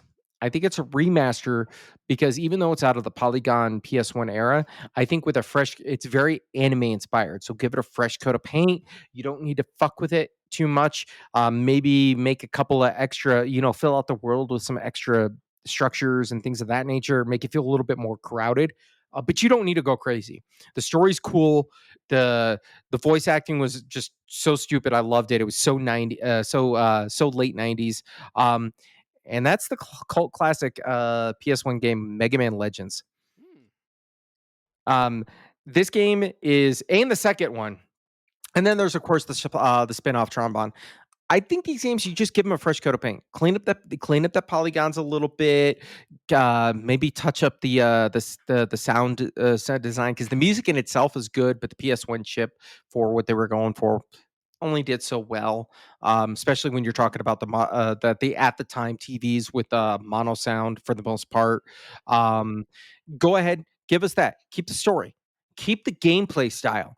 I don't need anything crazy. It's a great third person Mega Man with kind of like yeah, it had Z targeting as well with or on rails targeting or like a la tank like a Resident Evil. There you've got some RPG mechanics where you can upgrade. There's a hidden karma system in there, kind of a mild you would never know about it unless you knew about it. Just go Right. check it out. The only thing that kind of keeps this game from ever re-emerging and unfortunate, which they could get away with, is it was also one of those games where there are billboards in the background that have had real life advertisement in there. Kind of like if you were in a let's say playing Spider-Man and you see a Coca-Cola sign, um, get rid of them, change it up, and we'll go from there. Did you ever play this, Matt? No, I didn't. I played Mm. many Mega Man games. I played many Mega Man. I played many Mega Man games, but I never got into these particular spin-offs. Yeah, they're kind of we all right. Mild spoilers. They're not spin-offs. They too take place in canonically in the Mega Man timeline. Okay, okay, So it goes Mega Man, Mega Man X, Mega Man Legends. gotcha. Actually, it might be Mega Man ZX and then Legends. I'd have to go back and look. But it Okay, does canonically take place. hmm, interesting. Yeah, no, I know you talk about these all the time, and that would be awesome if they got remade or remastered for you. Dude, So, dude, you can kick a fucking dog in that game. oh my god, why would you want to do that? It's I don't know. Can you Dude, pet the dog and then kick it? No. no, but there's random dogs and trash. You know how you get items out of trash can? You walk up because he has a kick mechanic and it looks so silly. You kick items Mhm. in a trash can. Like that's how you get items out of containers is you'll kick the container. That's It's so awesome. stupid. I love it. Um, What platform was this originally launched on? PS1 or 2? PS1, PS1. PS1, yep. Um, yeah, Mega Man Legends 1 and 2 were both on the PS1. Same with Trombone. They were all in that same era. Very cool. And I want to see them get a remaster. If you go for Mega Man Legends, that's going to run you about $100 online. If you want to Yeah. go for Mega Man Legends 2, good luck. You're paying about $250 to $300 for that game. Yeah. Damn. That's yeah, I'm not familiar with that one, and I know that's one of your favorites though. Yeah. So What do you got, man? let's go all the way back pre GameCube. Let's go to the Mm, 64. okay. Okay. And let's go to a little IP that Microsoft isn't fucking doing anything with, and they own, and was originally made by Rare, and bring the Burden Bear back. Bring him back. Give me I don't care if it's a remaster, a remake would be cool in a new engine, Unreal Engine 5. Give us Banjo-Kazooie. Give us a remake of that shit. Microsoft, Xbox, you are sitting on a gold mine of an IP. And what did you do with it on the 360? You made a fucking Fortnite builder Banjo-Kazooie game called Banjo-Kazooie Nuts and Bolts when all we wanted was Banjo 3E. Okay? If you're not going to make us Banjo fucking 3E, remake Banjo Kazooie. Bob, if they remade Banjo Kazooie and made it a console exclusive, I would buy a fucking Xbox for this game. I would play it day one and I would return my Xbox. Dude, it's And then you'd still get your Game Pass refund. right. Yeah, right. Exactly. I don't know what the fuck they're doing. They own a lot of the Rare IP. They don't own Donkey Kong, but I mean, Donkey Kong's a Nintendo IP published by Rare, but they are developed by Rare, published by Nintendo. You know what I mean? They they are sitting on this incredible IP, and it was one of the best 3D platformers of its time. It had awesome levels, it had awesome music, and I think it would hold up well to this day. We got a spiritual successor in, I think it was Unreal Engine 4 on PS4 called Ukulele. Uh dude, but and it was it was Platonic Games because all the Rare people left Platonic. Just give the IP to Platonic, have them remake it, and have them release it multi-platform. Stop gatekeeping this fucking incredible IP. Yeah, dude. We're talking about you've released Forza Horizon, Gears of War, and we know Halo is going to eventually come. Like it's going to happen, but you still hold on to a catalog of rare IP. Yep. Like Conker's Bad Fur Day, right? Is another one. Exactly. But Banjo-Kazooie is so cornerstone to our generation, the millennial generation. My Yep. fucking wife, who doesn't play video games really, knows Banjo-Kazooie and would love if they remade it. I'd be like, here, babe, here. I'd buy her an Xbox and go let her play Yeah. because that's what Banjo-Kazooie is all about. Yeah, I They love that game. Love it. oh Peak oh rare. yeah. Yeah. Did you beat it on the 64? Oh yeah. Oh Yeah. yeah. I didn't beat it on the 64. I think I said this story before, but I was renting it and I couldn't beat it. They remastered it for the 360, gave it a fresh coat of paint, put it on Xbox Arcade, and released it digitally. And that's when I beat it. So they have remastered it, but holy shit. Think about a remake of that game in Unreal Engine 5. Take my fucking money. I will buy 3 copies. Yeah, absolutely, man. Just don't Yeah. give us nuts and bolts. That's all we ask for. Yeah, no, not nuts and bolts. Even Banjo Tooie. Banjo Tooie was great too. And then remake both of them and line it up for a Banjo 3E sequel. So yeah, Mm, Banjo Kazooie, peak fucking 3D platforming. So good. absolutely, I love it. That's a Yep. good one. I had a feeling you were going to go for that one. Something in my mind said you were going to go for it. Um, all right. So the way I did this, and it was kind of accidental, but it was also on purpose. I did remake, remaster, Okay. kind of a situation what I got going on. This next one's a remake. I'm gonna just get it out of the way now. Okay, Square Enix. I think you've done amazing things with Final Fantasy VII with remake and rebirth, but I think there is an entire game out of your entire lineup that if you actually took the time and got your head out of your ass and realized that the original only had 50% of the story that wanted to be told, you could do this. I don't care personally for remake and rebirth's combat style, but I would buy 4 fucking copies for this because I'd burn through 2 of them and I'd want to keep one sealed. And that's Final Fantasy VIII. Give me Squall, give me in a remake. I want to see him in his glory. And I'm not talking about the Dissidia. I want the OG look. I want to see Renoa. I want to see Zell with his fucking face tattoo and his wild attitude. That reminded me so much of Barrett, where all of a sudden he just gets really fucking angry at the world.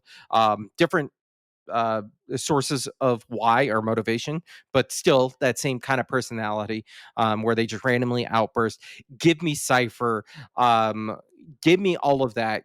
I want to see that in that glorious new Final Fantasy engine. Shit, you can give it to me in a Final Fantasy 16 style gameplay.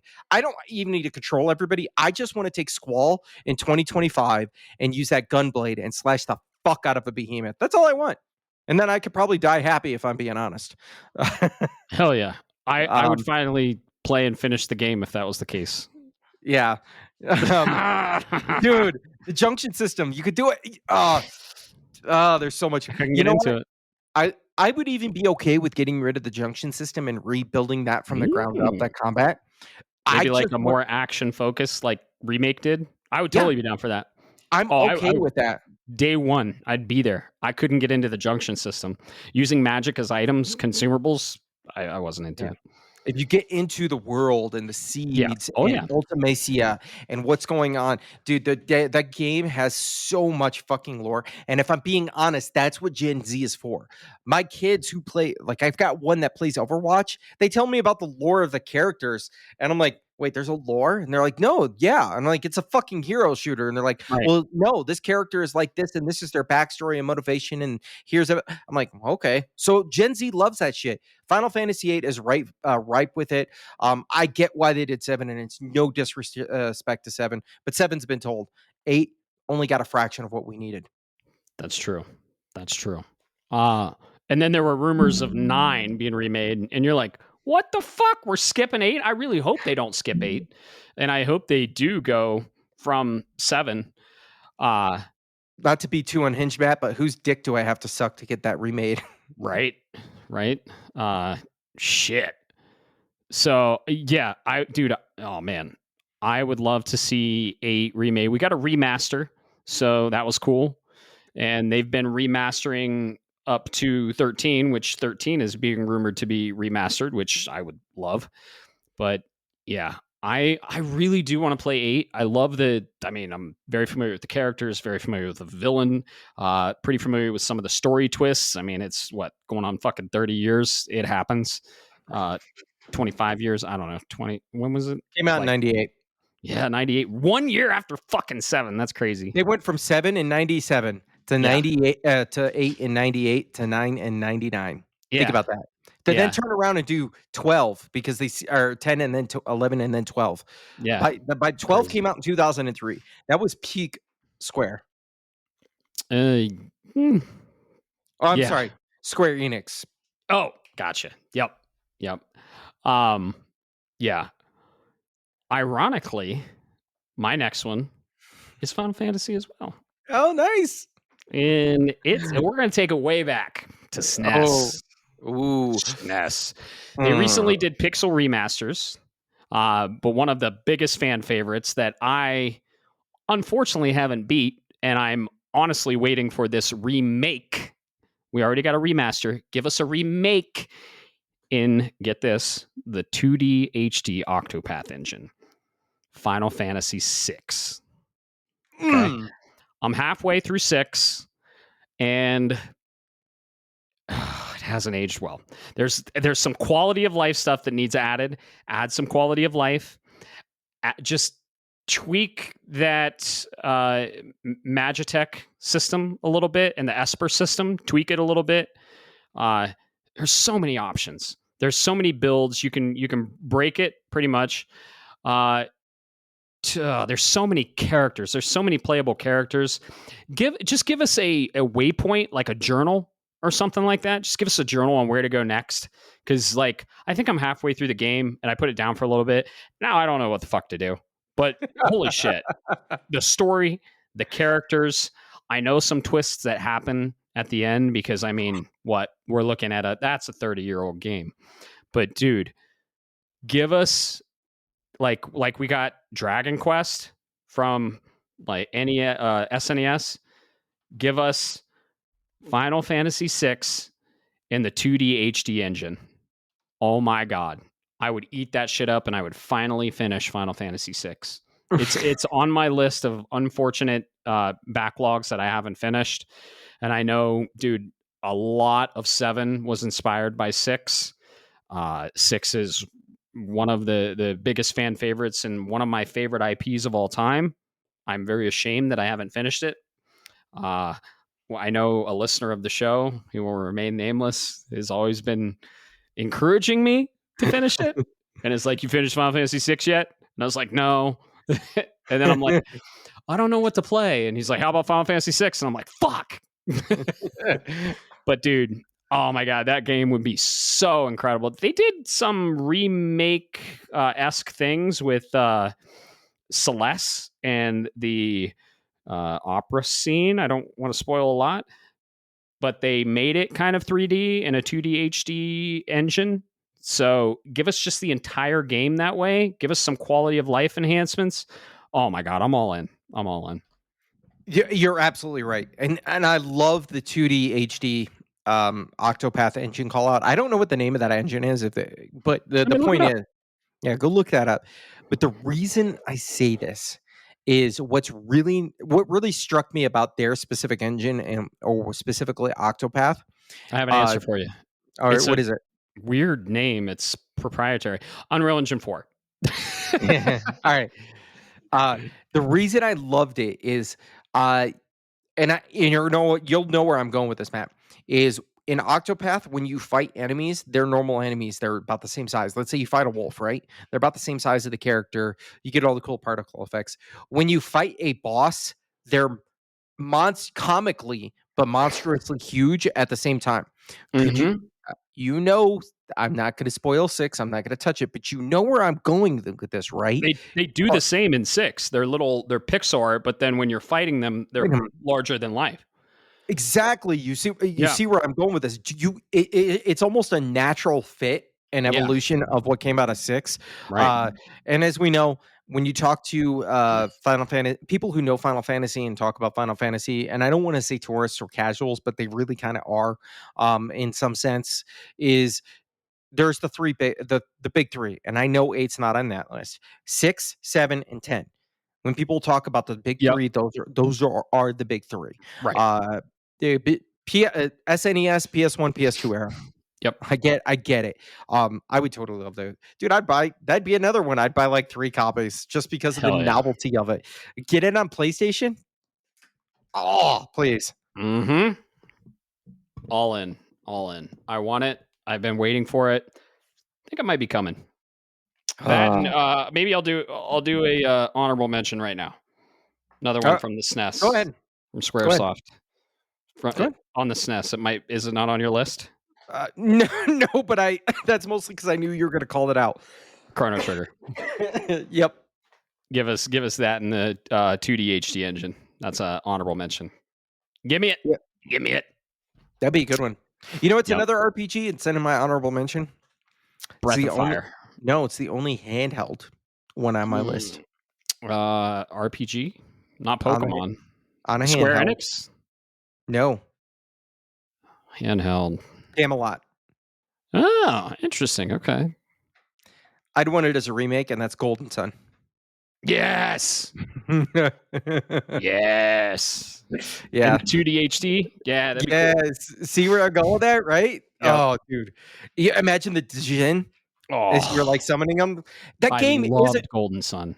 That game has the particle effects already in it on a Game Hmm. Boy Advance. Please Yep. just give it to me in the next gen engine. Yep. But that's Would not on love my that. it was just an honorable mention. I could probably talk about it all day. Love it. Um, I'm right there with you. And it's such a kind of a cult classic. It's so obscure. It wasn't critically received. It got good reviews, but it's not really talked about. I'm right there with you, man. I fucking love Golden Sun. yeah, peak Game Boy Advance. Yeah. Peak. Yep. Yep. You know what is on my list and as an RPG? This Oh next no. one. It might be my second one. No. Okay. I bet you a 6-pack it's not. All right. Okay. I don't This I one. don't bet. All right. This one. I see. I will. I am all day long. I don't give a fuck. No, Little I things. bet, but I'm not gonna bet on this because you have some obscure shit.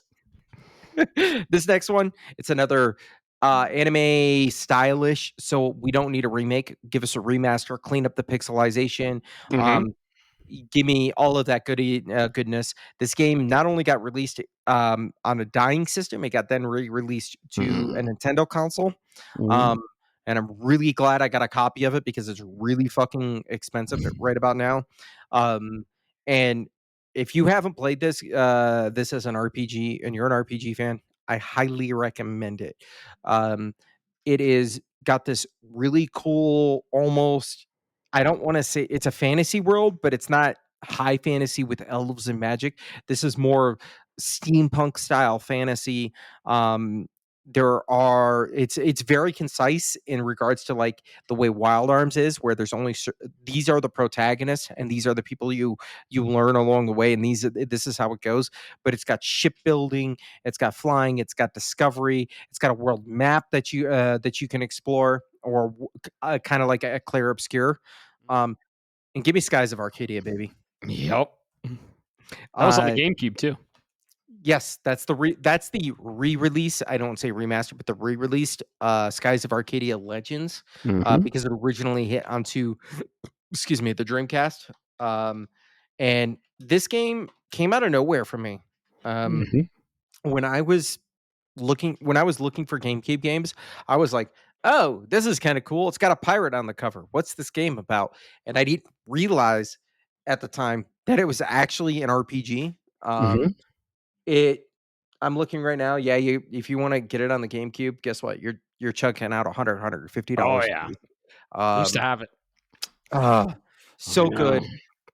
Sega, go give a high five to your old friend Nintendo, and please let this get as a remaster. Low Yep. budget. I don't need much change. The Right. story is perfect. Um, let me have it, please. Yep. That's a good one. Good one. Uh, yeah, man. What a great call out. Was dude, GameCube had a lot of really good RPGs. Um, Skies of Arcadia, Bait and Kados. Remember that one? Oh shit! Yeah. And then Tales of Symphonia, of course. Tales of- Then remember the gem on 360 that was exclusive? Blue Dragon. Blue Dragon. Oh, dude, the music in that and Yeah. That was that Nobuo Uematsu. I was just about to say that. Thank you, thank you. And you know what that art style? Um, Dragon Ball Z. uh, there it is. Toriyama. Y- Yep, it's a Yep. Toriyama, such a Toriyama style game. That'd be a cool remake. You know what? Make that an honorable mention for me. Take that off Okay, the 360 because it's locked to the 360, I think. yeah. Yeah. Another one Um, locked to the 360. Another honorable mention. Cameo. Remember Cameo? holy shit! There's a name I haven't heard of. Yeah, dude. That was such a good game. Yeah, I'm sorry. I gotta give flowers. All right, Blue Dragon, folks. Yep. Yeah, oh, yeah. Composer, no, Nobu Uematsu needs no introduction. Mm-mm. Writers, Hironobu Sakaguchi, the Oh, fucking father of goddamn Final Fantasy. yep. The artists, Akira Toriyama. Holy Like, shit. people talk about a Chrono Trigger, and I'm telling you, Blue Dragon, low key, is an amazing fucking RPG. Yep. The music, goddamn. So All good. right, sorry, I had to go. I had to do that. Oh yeah, no, gush about it because it was great. I never finished it. It was locked on the 360. That would be a really good remaster, even, and make it multi-platform. And yeah, cameo elements of power. That was a third-person action adventure. You were like could turn into elemental beings, and those beings gave you specific powers. So yeah, couple call outs. But the next one on my list is from PS1. It's Mm. good old PlayStation. And you might know what I'm about to say because I've been talking about it for a while. It's been in the ether for a while. Developed and published by PlayStation. Developed by PlayStation Japan, and follows our boy Dart Yep, I had a feeling that was coming. on Go the ahead, continent spit of it away. Endless. That's Legend of Dragoon. Give it to Blue Point. Give me that Legend of Dragoon, dude. It has interactive, reaction-based combat. It has an incredible story. It's a very Japanese RPG. Has dragons in it. I don't want to spoil a lot, but yeah, it did a lot of cool new things on the PS1, and yeah, just the music and the characters and the twists and turns in the game. It's yeah, I would love to see a full on remake of this game. Remaster, it's showing its age a little bit for sure. And we actually have a listener that's a speedrunner, so shout out to Alex. But give Yeah, us a he just screamed like a little girl. uh-huh. Uh-huh. I think we've been talking about this. Give it to Blue Point. Blue Point actually teased this along with a bunch of other things. And yeah, dude, the combat. A little known game we just played took some of the combat mechanics that Legend of Dragoon originally had, which is Clair Obscur, Expedition 33. They took a lot of that reaction based combat, specifically like the animation of how you react to it from Legend of Dragoon. So yeah, man, what I wouldn't give for a full blown remake on PS5, Legend of Dragoon. And Sony owns the IP, so just give it to us. Give it to Blue Mm. Point. Or, have Blue Point work on a fucking God of War multiplayer. How about do that and make bad decisions with your company? I laugh because it's fucking true. God damn. That is a really good one. I could absolutely see that. Um, dude, Dragoon is Yep. a. It is a. I don't know if I ever told you this, but my original copy. I don't know what happened to it, but my original copy, I won on a bet because somebody told me that I couldn't beat the game in a week. That's awesome. So I sped run the game out of didn't sleep for like 3 days and fucking handed him the memory card and said, "Go check it. I'm gonna keep your copy now." Mhm. Um, because I Dude, had the save file. think of the particle effects they could add with the, let's just say, transformations. Mm, Mhm. Mhm. dude. Yeah. My D&D party occasionally still says harpoon Nice. as a reference. Oh, Like it's yeah. one of those if you know, you know. Yep. That's a great call out, man. Classic RPG. Yep. I between that and Legend of Gaia, I'd have a hard time choosing between the two. Hell yeah. Um, Speaking of remakes, well, you said remake. So I'm gonna give you my last one. It is not on my number one. This is what I want to give the disclaimer. This is not the number one. Oh my goodness, I want to see. Final Fantasy VIII absolutely tops that list. If they ever see it, you'll probably hear me from orbit screaming with joy. This next one, I want to kind of this final one, should I say? I wanted to kind of give something a little bit out there, a little bit weird, and go back in time because I Mm. think there's something here. It is the first game ever published and developed and released by this very very well known developer nowadays. They are very successful. They have an entire genre of games, or an entire genre named after the style of games they make. But back during the PlayStation 1 era, I played a little game that was creepy, it was janky, but they had a little something in there. And I think if they did it and did it in first person, which we're kind of getting in the next year from an indie developer, but I think they could do this as a full on remake. I want to see Kingsfield. Hmm. This is for anybody that doesn't know, this is FromSoft's first game. Okay. Okay. It is notoriously difficult. This game is rough. It's first person. Um, There's a lot of inspired behind Dark Souls in there with campfires and the lighting and things like that. But this one, it is. Yeah, what can I say, man? If you haven't played Kingsfield, it's kind of one of those. If you know, you know. If you don't, I'm sorry. Um, it is janky as all hell. There's no what's that game that's coming out this next month? With no like UI and no direction. Hell is us. Um, yeah, guess what? That's Kingsfield. Oh, okay. Very cool. You're just dropped on a map and they're like, "Congratulations, you gotta go save the world," or "You Hmm. gotta go do something." And there's no UI really. There's kind of a quest log, but you don't get shit. The game doesn't tell you anything. You just gotta go out and do shit. Uh, I'm saying this because we're getting variations, but I want to see the Mhm. original. I want to see what it would look like because this game, if I went to go look back, probably it came out in '94. Oh, So wow. we're talking 31 years ago. I'd Dang. love to see this. Um, and I got a feeling I know a certain listener that's probably screaming right now, please, you're right, Bob, let's do this. But he likes obscure shit. Oh, yeah? Um, yeah. Um, Nice. and then I want to give you two last honorable mentions for this, if you don't mind, unless you want to Please. wait. It You know doesn't what? have to be the last ones. We could just do a list of honorable mentions after my last one. Right.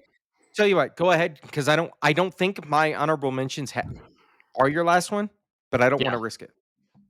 Gotcha. Okay. Yeah, we'll go through just a rapid fire honorable mentions. There's so many. Like fucking Bloodborne remaster, please. Uh this is a beloved IP of us both. It was on the Game Boy Color. They recently remade a game in the same vein, and I would love to see them do these two games in this engine. And that is The Legend of Zelda, Oracle of Ages, and Oracle of Seasons. Uh, what the fuck are you doing, Nintendo? You could sell them both. I'd buy them both and then use a link up like they did in the originals. So Oracle of Ages revolved around the modification and manipulation of time, and Oracle of Seasons revolved around the manipulation of seasons, like the weather. So, for example, if you needed to get up top to a specific place, you would have to wait for winter, and then there would be snow, and you could go up. And eventually, spoiler, but you get the ability to manipulate the seasons with the wand of seasons. So, uh man, this game was pretty deep in Zelda lore. Like it had some pretty core characters. Let's just say that they're on the box art. It had the goddesses. So Din, Farore, and Nehru. Right, Nehru was on uh Oracle of Ages. Din is in Oracle of Seasons, and Farore might be in there somewhere. They're in the box art, so they're all there. Uh Man, just give us this in the engine of Echoes of Wisdom, because that engine runs like shit on the Switch 2. Don't update it or anything because you're going to just break it again. But do it in that same engine, and on the Switch 2, it'll run beautifully, 60 frames. Dude, I would lose my fucking shit. I think I drafted this game one time because there were rumors that it was being remade, but they instead did Echoes of Wisdom. And man, these are my favorite Zelda handheld games. They were originally on the Game Boy Color in 2001. I still have the original copies, complete in box, of Oracle of Ages and Oracle of Seasons. Just two incredible Zelda games. Top D or top down 2D isometric. Wow, top down isometric. Not 2D. I mean, I guess it is 2D, but they are on the color. So man, those colors would pop. There's so many cool little things. There's like 8 dungeons in each one, a total of 16 across both games. Uh, really cool. They brought a lot of stuff from A Link to the Past, which there you go. There's another fucking remaster or remake we need in that same engine. We thought we were getting it with Echoes of Wisdom because it looked like A Link to the Past. And yeah, I would love to see these games remade. I adore these games. They were some of the best Zeldas. I think they're in my like top 5 Zeldas. And they just, man, a lot of dungeons. The subterranean shit was really cool. Yeah, peak Zelda, in my opinion. Handheld. Minish Cap would be cool too. I know. Go ahead and say Yes, please. it. But yeah, Minish Cap was on GBA. Yes, it was. Yep. No, these are good ones. Give it to us, and then we don't have to deal with the link cable is shit anymore. We can Right. Wireless. straight, yeah, wireless, all wireless, man. Mm-hmm. Or, I mean, you don't even have to have 2 systems. You just have your game save, and the other game recognizes the save. And it's like, oh, you have this save. So, if you link both games, if you linked both games in the past, there was more story content and a secret boss. And Mhm.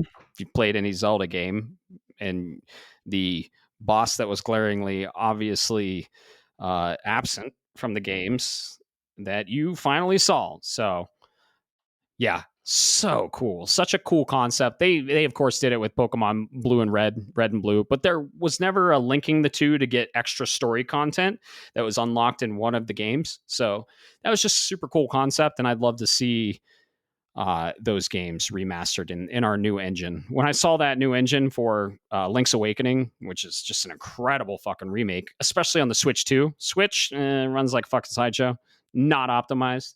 But yeah, my thought immediately went to Oracle games now. So, No, that's absolutely it. And it's funny you went to Oracle. I went to Minish Cap immediately yeah, because they're that same era. yeah, But yeah, no, I get it. If I'm not mistaken, these are in the dark timeline. yes, I Okay, believe so. Where the hero failed, yes, all right. which is the coolest timeline. I mean, it is kind of where we get the original Zelda, but that's neither here nor there. Yep, sure is. uh, dude, What that's are a good. our yep? What are our honorable mentions? All right, I'm gonna rapid fire on you. Okay, Okay. so the first one, first person shooter. Kind of alluded to it earlier. I think it would be amazing. It's the only I don't want to say the only, but it's one of the very few horror games that actually truly got me scared, and that's Fear. Give it to me Nice. in Okay. all of its glory. Um, After that, Kart Racer. You mentioned it earlier, um, but this one comes from the '64 era. Um, Give me that Diddy Kong, baby. Yeah. Hell yeah. That story mode. Love Yes. that. Oh, Race Whiz pick again, please. Yeah. Dude, yes, please. The next one I alluded to earlier, but it's got to go on the list, and that's Give Me Legend of Legaia. It's RPG, but with fighting mechanics. And so instead of Mhm. selecting menus, when you attack, you select certain like up, down, left, right, and then if you were lucky enough or smart enough, you could actually unlock special moves that would be little finishers. It was brutally difficult. Yeah. So please keep that difficulty if you do it in Oh, any yeah, way, shape, or form. for sure. Uh, Next one is another classic PS1 RPG. It is on my top list for a reason. Give me Wild Arms. Give me Yeah. give me Rudy, please. Yeah. Yeah. Let me rapid fire while you think of some more. Uh, Sticking with Zelda, get Ocarina of Time, Unreal Engine 5. Give it to me. Ocarina of Time. Yes. Mhm. Let me Yep. take that off my list. Right, right. We got a remake from this recently, but not how we wanted it. Pokemon Emerald got a remake in the 3D engine of X and Y, called Omega Ruby and Alpha Sapphire. Give me that remake in the engine of Diamond and Pearl, Brilliant Diamond and Brilliant Pearl, or Shining Pearl. Oh, Yeah. yeah. So, dude, the engine of Brilliant Diamond and Shining Pearl is amazing. And we got 5 core games from that 2D isometric. We got, Gen 1, 2, 3, 4, and 5. And we think we're going to get a black and white remake in the same engine. Just go back, give us red, blue, give us yellow, give us all those games in that engine. I love that engine. Optimize it for the Switch too. I'm all in. I'll buy them again. I don't fucking care. I'm ordering double the sauce. Let's see here. Assassin's Creed Flag. Assassin's Creed 4 Black Flag. Oh, Give good me that. call out. Yep. Give me that remake. Give me that remake. We don't need a remaster. It's PS4, and it's kind of dipping into earlier some games that came out later, which was my rule. But there's some rumors that we're getting it, and I'm all in on it. So one of my favorite games of all time, as you guys know.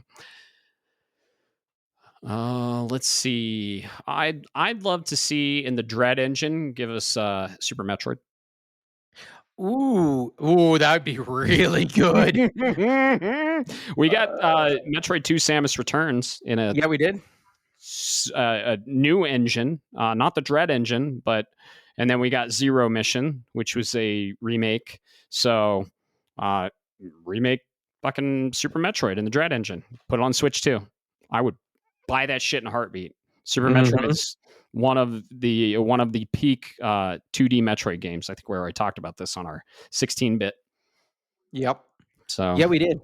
yeah. Hey, speaking of 16-bit, this game, I don't know if it would be how we would do it. I don't know if I'd be on a remake or a remaster level, Hmm. but people have been asking for a return to this series for years. Give us Earthbound, Yep. Yep. That's a good please. one. That's a good one. Um, I don't know what it would look like. It is what it is, but you'll figure it out, guys. You're Oh smart yeah. people. Oh yeah. Next one, dude. We've been asking about this. Has been on the rumor mill for so long. It was in a leak. Just fucking shut up and give us Final Fantasy 9, please, already. Yeah. Yeah, I'd love to see a remake of 9. Dude, the some of the cinematics in that game are some of the best in the series. Oh, dude, absolutely. Until we got 16. Yeah. Shit. I still want to see my boy Vivi in 2025. I want to see my boy Bahamut fighting you know who. Mhm. You Mm. damn right. Mm. And then my last one, man. I love where we're going with 2D platformers, and 2D side scrolling. Let's get Contra 3 into the to the upper world. I would love to see that, Mm. especially with its dynamic switch between side scrolling and top down. I Yep. would be so curious to see where that goes. I'd play it. Yeah. Even if you only charged $30 for it, I'd still buy it. Why not? I pre-order it. Yeah. Um, yeah, I would. Last couple for me. Give us an Okami remaster before the second one. Give us. Maybe that will happen, and you I don't know I'm about saying, it. right? I'm saying they announced the sequel. Polish that shit up. Give us a remaster. We don't need a remake. They've remade it for the Wii. It's on the PS2. But yeah, give us that Okami remaster. Give us a glorious fucking HDR and 60 frames. Ooh, yeah. Please, Yeah. please. And then a little known RPG on the PS1 era, started on the SNES era, but the PS1 games are really fun. 3 and 4. Breath of Fire. Yep, there it is. Yeah. So little Capcom love at the end. So yeah, that was fun, man. We there's been a lot of remakes, remasters. I'm okay with them. Just, don't dilute the market with them. And remakes are definitely more welcome than remasters, but do what you got to do. And don't be fucking remastering or The Last of Us Part 2, a late game PS4 game. Come on. Stop remastering shit like that. We don't I mean, I guess a lot of people are coming from the 360, the TV shows out, media synergy, right? But yeah, a lot of the games that I love that would love to see remakes already happened, man. Final Fantasy VII, biggest one. Dead Space, like you said, RE4, RE2. Mm-hmm. A lot of them have happened. We're just missing a couple. Like, give us Star Fox Adventures, shit like that, right? Right. So, yeah. What do you guys want to see remastered or remade? Tell us in the Discord. As always, we love to keep the conversation going and bring the community in with all of our topics and chicanery and unhinged bullshit on this cast. So, what are you excited to be remade or remastered? Let us know. So, yeah. Got any fun plans for this weekend, Bob? Hang out with you and play goddamn fucking Metal Gear Solid 3 Delta. Yeah, that's going to be my Friday game for sure. Digging in. We should get it today. If you're listening to the cast, we should have copies in hand. Hopefully. Best Buy usually delivers early morning for me. So hopefully they do the same for you. Yeah, same. We're finally going to get our wings and beer. We're going to talk shop with Alex, and we're going to do some testing for you all so you can see our beautiful faces on events when we react to them live, because there's some rumors we might be getting a Nintendo event, and Nintendo, there's rumors that Nintendo has said this is the one you're waiting for. Maybe. Sure. We'll see. Yeah, sure. Cautiously optimistic.